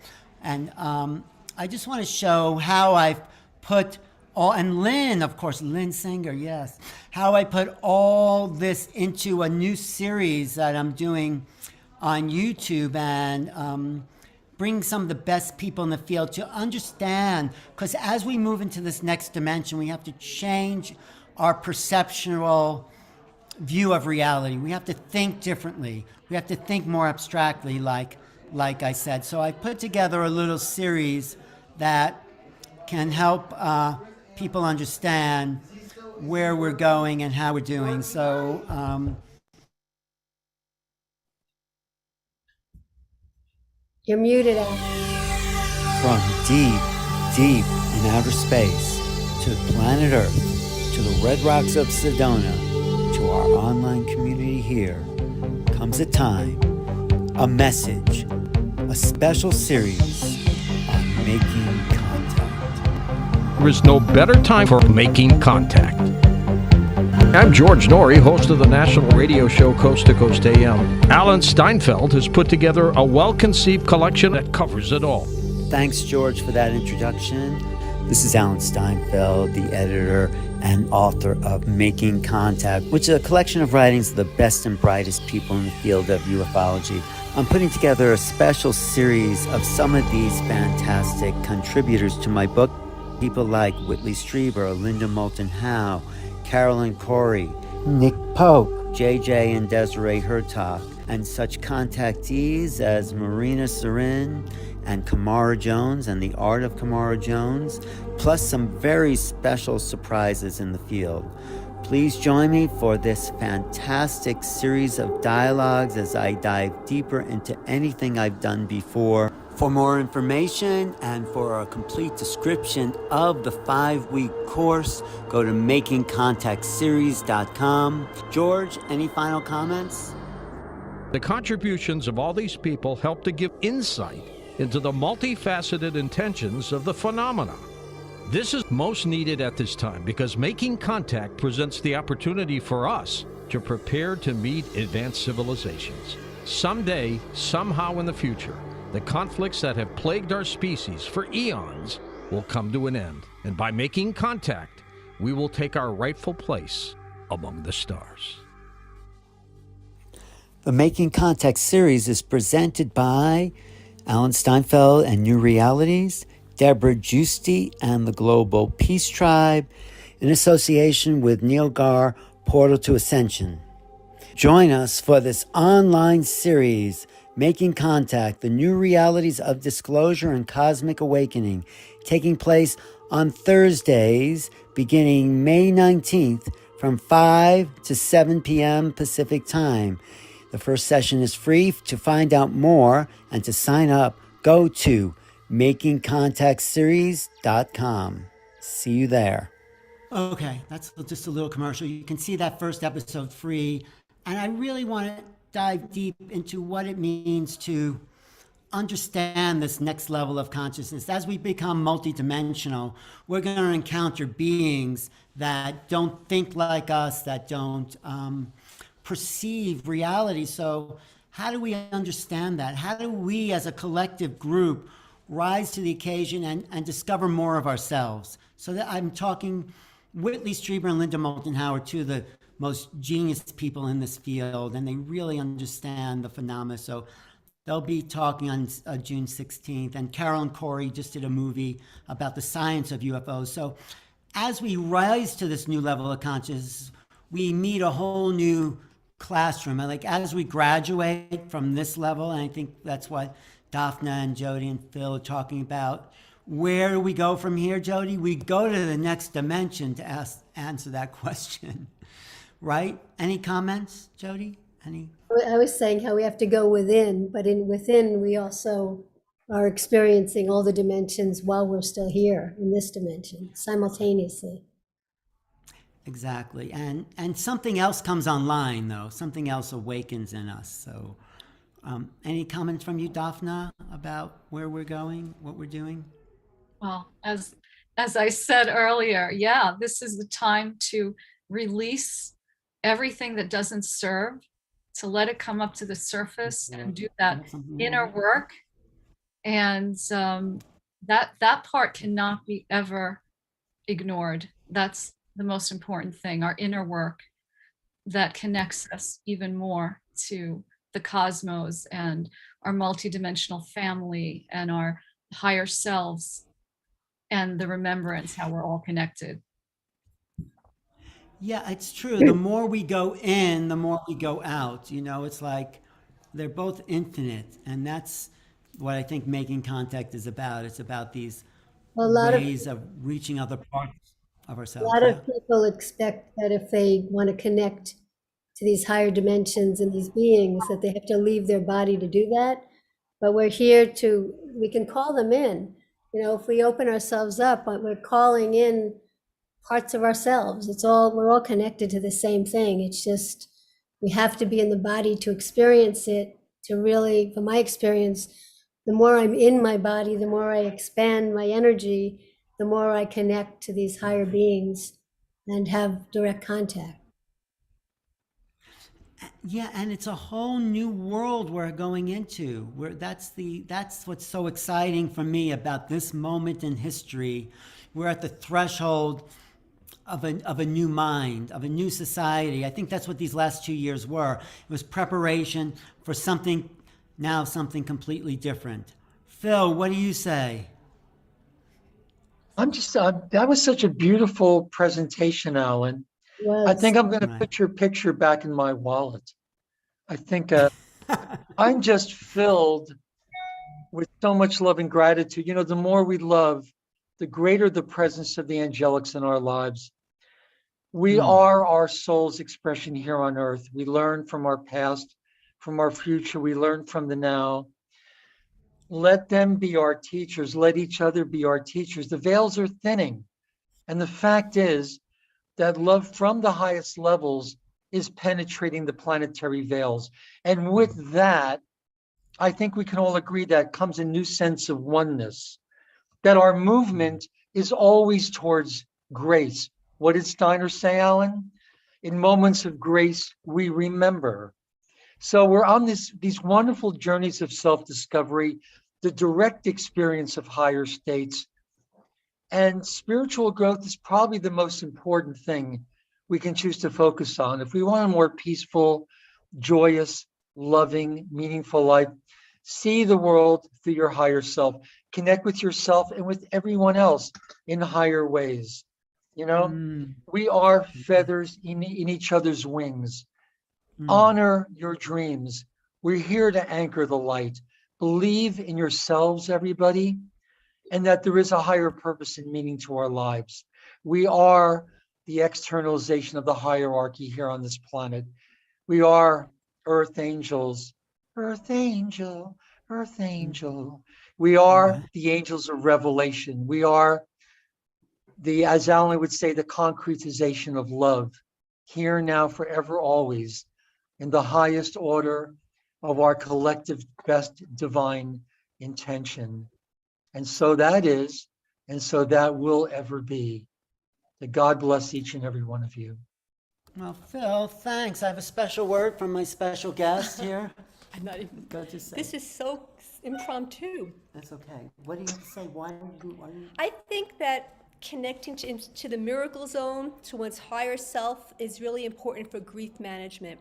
And when people are feeling sorrowful because they're not attaining what they think they need, if they can just get glimpses and just hang on to that and be guided by that, it can put them into a more happy situation, because it's not externally based, the happiness, it becomes more of an internal happiness, which is also external, because connecting with that force and that source is part of our many, many outer bodies. So if we can accept that, and it's hard to do that as a Westerner because we don't acknowledge that we're so practical, which is a good thing. It's like when people have grief, some people grieve emotionally, some people grieve intellectually, and some people grieve practically. But if you can grieve and have some faith in something that's not so practical, it can guide you right out of it in very small increments.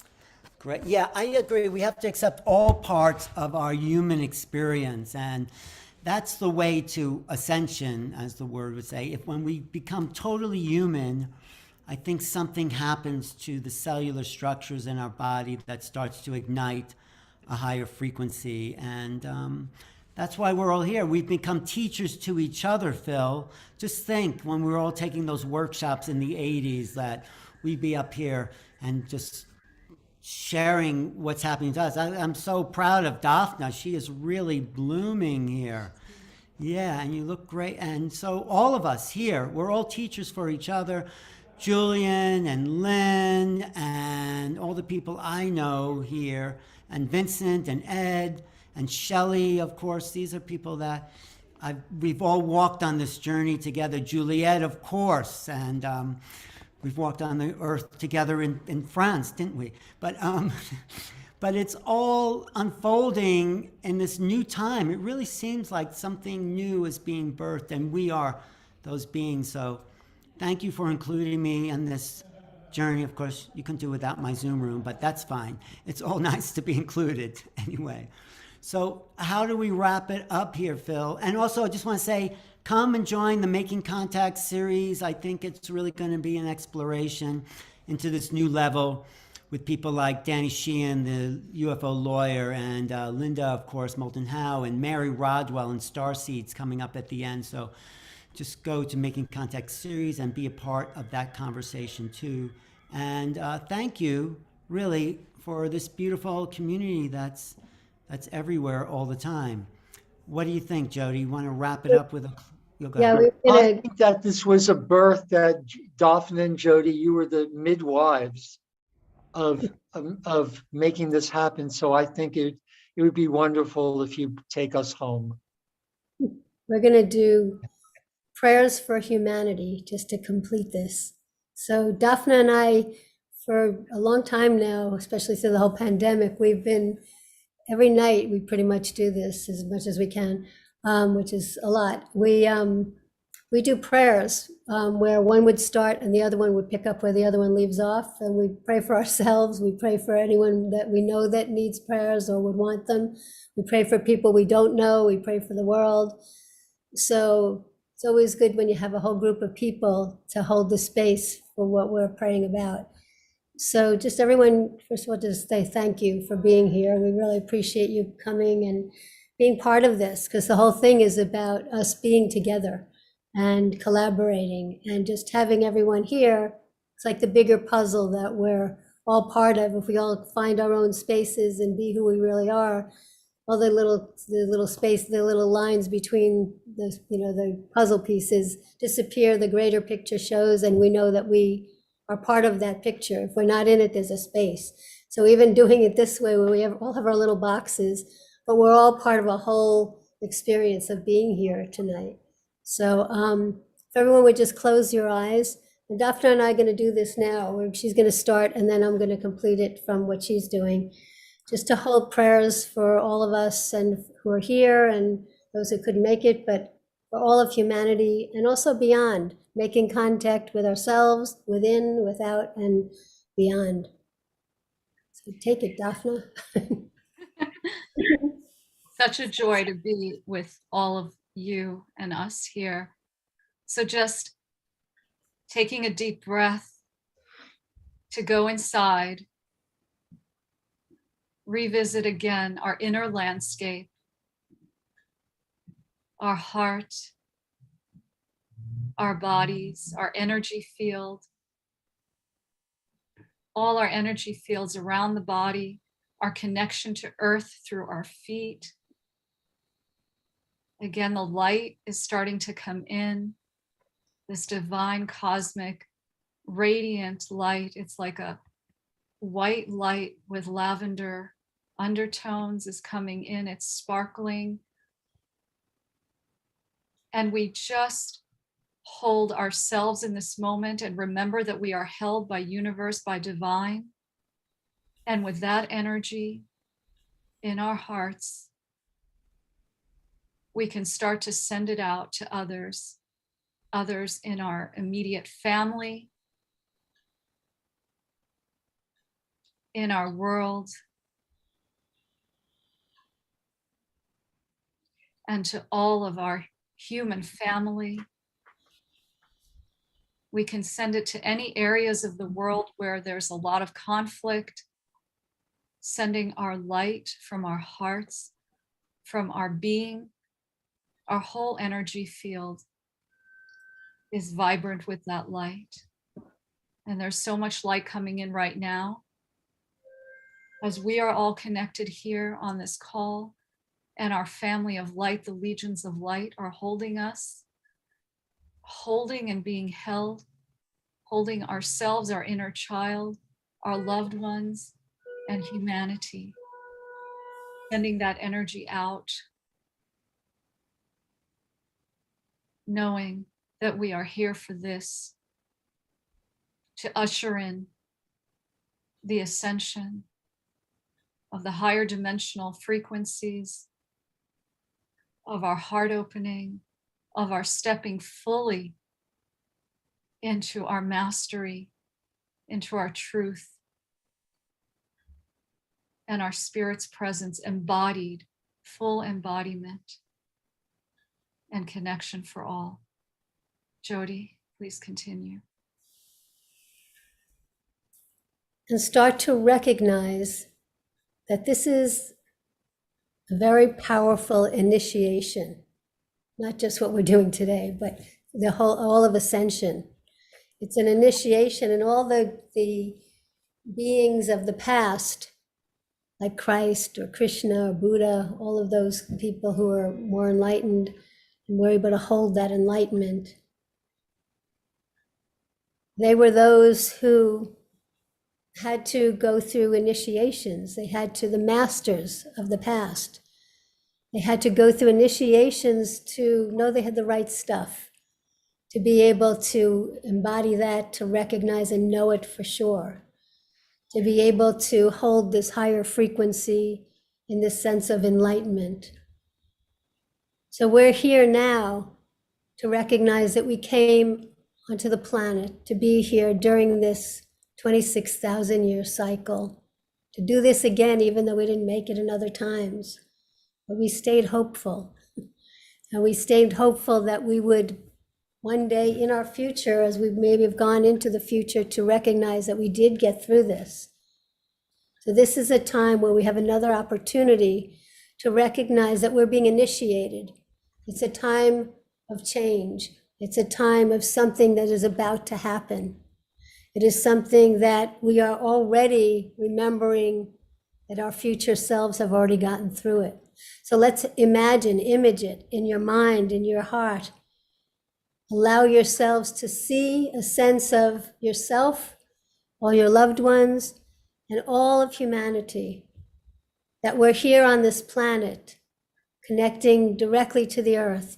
She holds a space for us. She invited us here to accelerate this process of this grand initiation of everyone all the same at the same time, in alignment with the past, those who walked the earth in the past, and those who were already initiated, those who had their work was about compassion, enlightenment through compassion, allowing us to align now with all of the masters, and remember the mastery we have within ourselves, that we understand from being on the earth, but we also understand from being in the star systems and beyond the beyond. And just knowing that our mastery is remembering the truth of who we already are, that being of the pureness of the frequency of an all-inclusive frequency that's love, that we are all part of the same. The mastery is to remember that we're whole within ourselves, and we are individuals. We don't have to compete with each other, even if we do things that are similar. We have our own way of how we emanate the truth through love, through compassion, through acceptance, through forgiveness. But we're all we can allow ourselves, or give yourselves permission to allow yourself to be your own individual self in relation to the greater whole. And in that, we really come into the grander initiation, not just because of the amount of people or the amount of consciousness on the planet growing and evolving. We become aware of ourselves in oneness. And in that oneness, we still become greater than the individuals, greater than the whole, than the sum of the parts. And in that, we remember the mastery of who we already are. That source, that God consciousness, God Goddess consciousness, is everything that we are.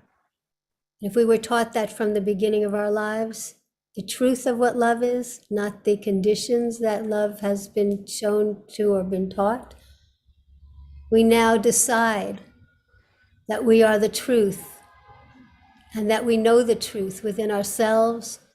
We accept that everyone has their own perceptions of truth, but we're on our way to coming into the wholeness of the absolute divine understanding or embodiment or awareness, recognition, remembering that everything is everything.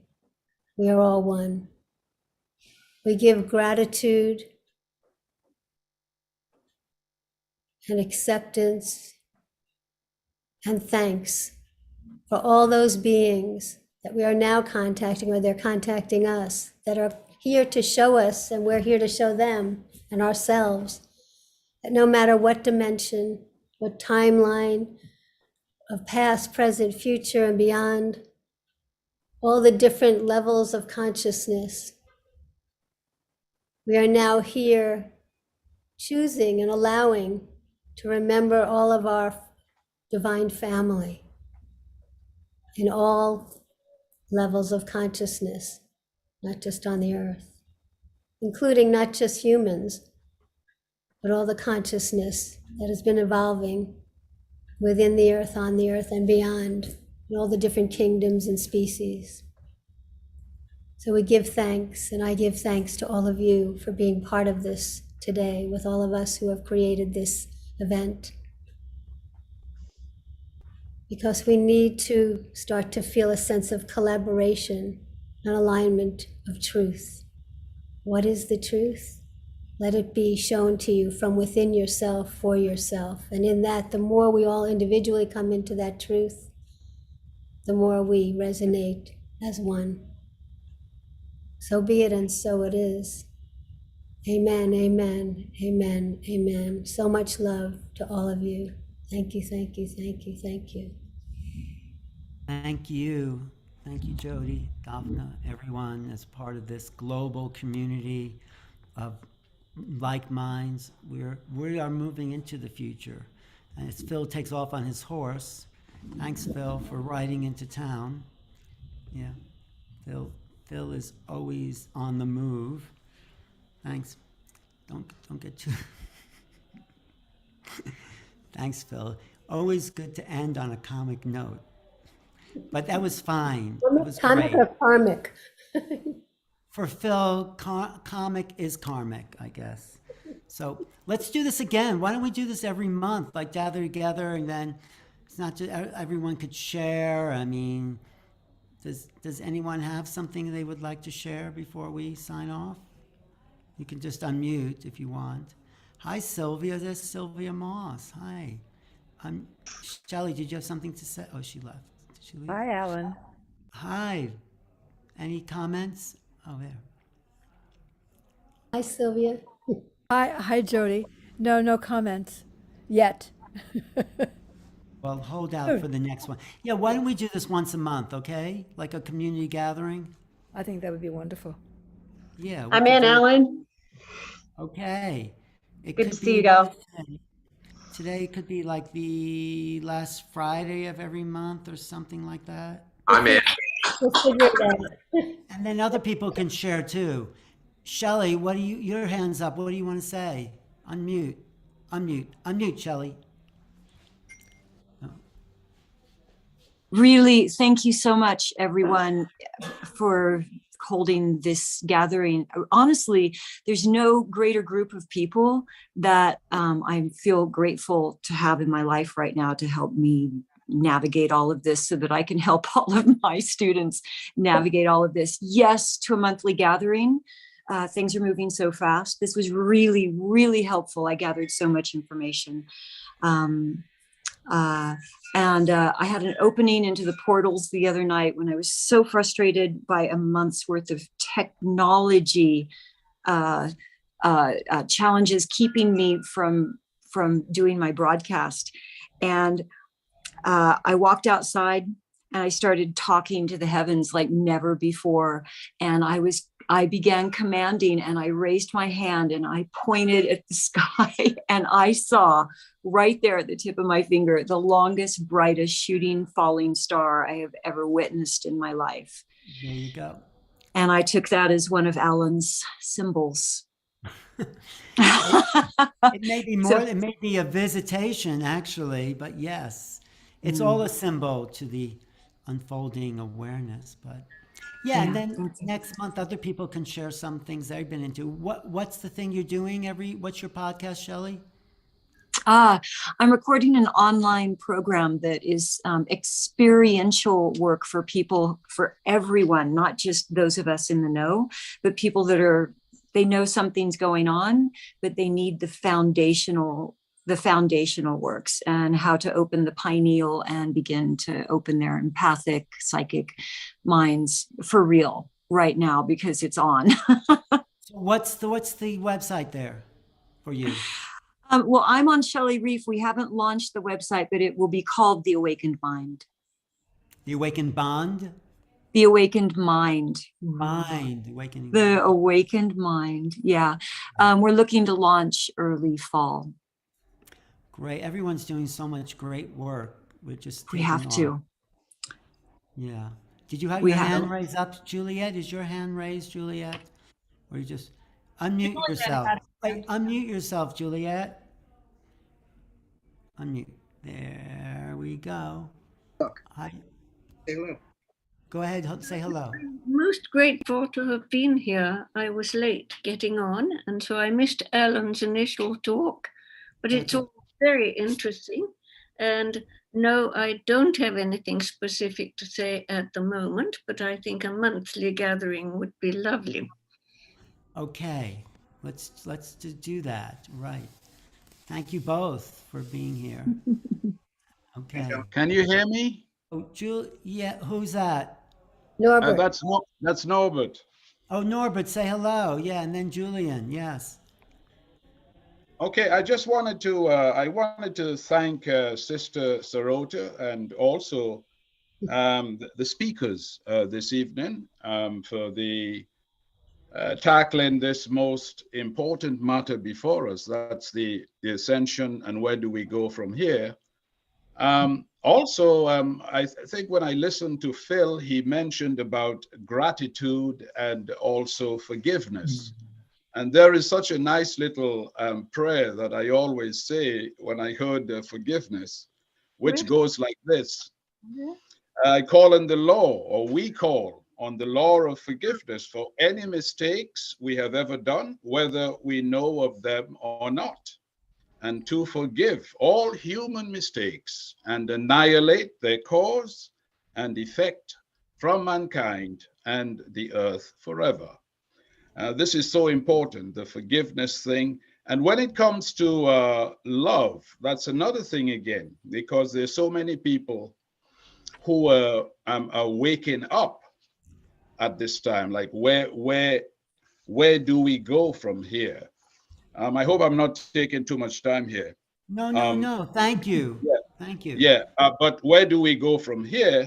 And of course, there's so many people, as I said, who are waking up, and there's so many people who have become aware that something is happening because they feel it within them. So they're feeling it, all of what we're talking about.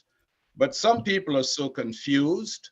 And here is where we come in, by, for instance, I get a lot of messages from the Galactic Federation, which I share on Facebook and on my group, which is I believe is so helpful, because then people can read it, and that's going to help greatly in bringing that awareness to them, and so that they're no longer confused.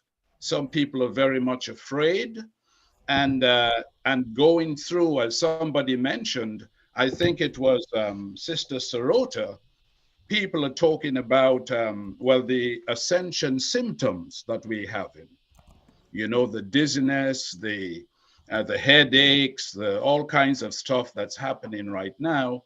So I'm so happy that we can get these messages from the Galactic Federation, which I share all the time. And I think that many of us who receive such messages should share them, because we're all one, and that's where we head in to the oneness that was spoken about by Jesus and so many other says from the past, because that's where we're moving. And people have to also, I believe, to some protocols they speak about, and which I think, again, comes into love, because love is what it's all about. And people have to understand that right now we have to first as we have been told a long time ago, that we must first love ourselves unconditionally and forgive ourselves unconditionally for all the things that we have done in the past, and then to love other people unconditionally and forgive other people unconditionally. Now, we have to teach these things. And also there is, this could be considered to be two of the requirements. That we have another one, which is, and so very important too, the violet consuming flame, which accelerates the ascension and also increases the consciousness level. And then we have too meditation. I think somebody mentioned about meditation of going within, because the consciousness levels too are increased.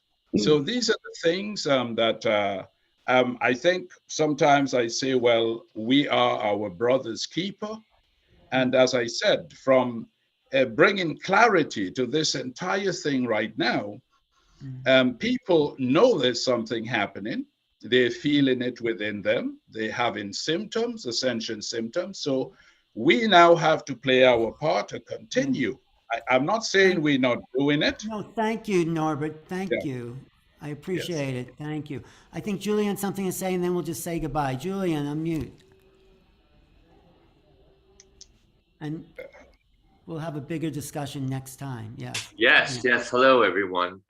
Blessings for that.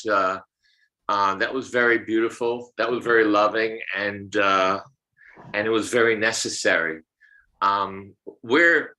We're all ascended already, and there's many different dimensions of ascension. All of us have lived, all of us have died, and all of us has ascended in these last months and last 2 years.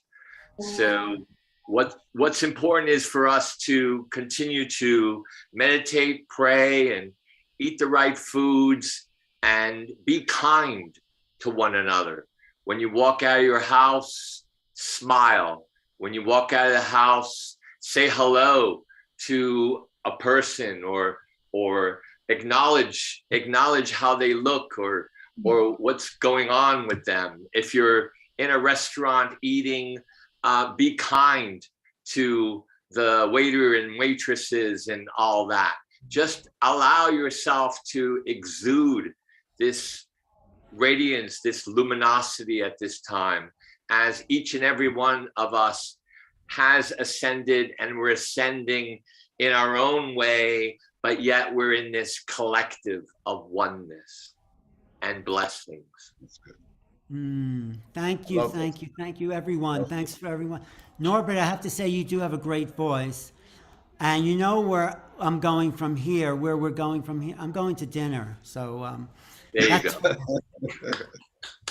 Thank you, everybody. We'll see you soon. We'll plan this out, and everyone here will get a notice, and we'll keep the conversation going, because we are the ones we've been waiting for, right, Dafna? Did you say that? Yes. Yes. Wow. Blessings. Blessings. Thanks for Blessings. Thank you, everyone. Blessings.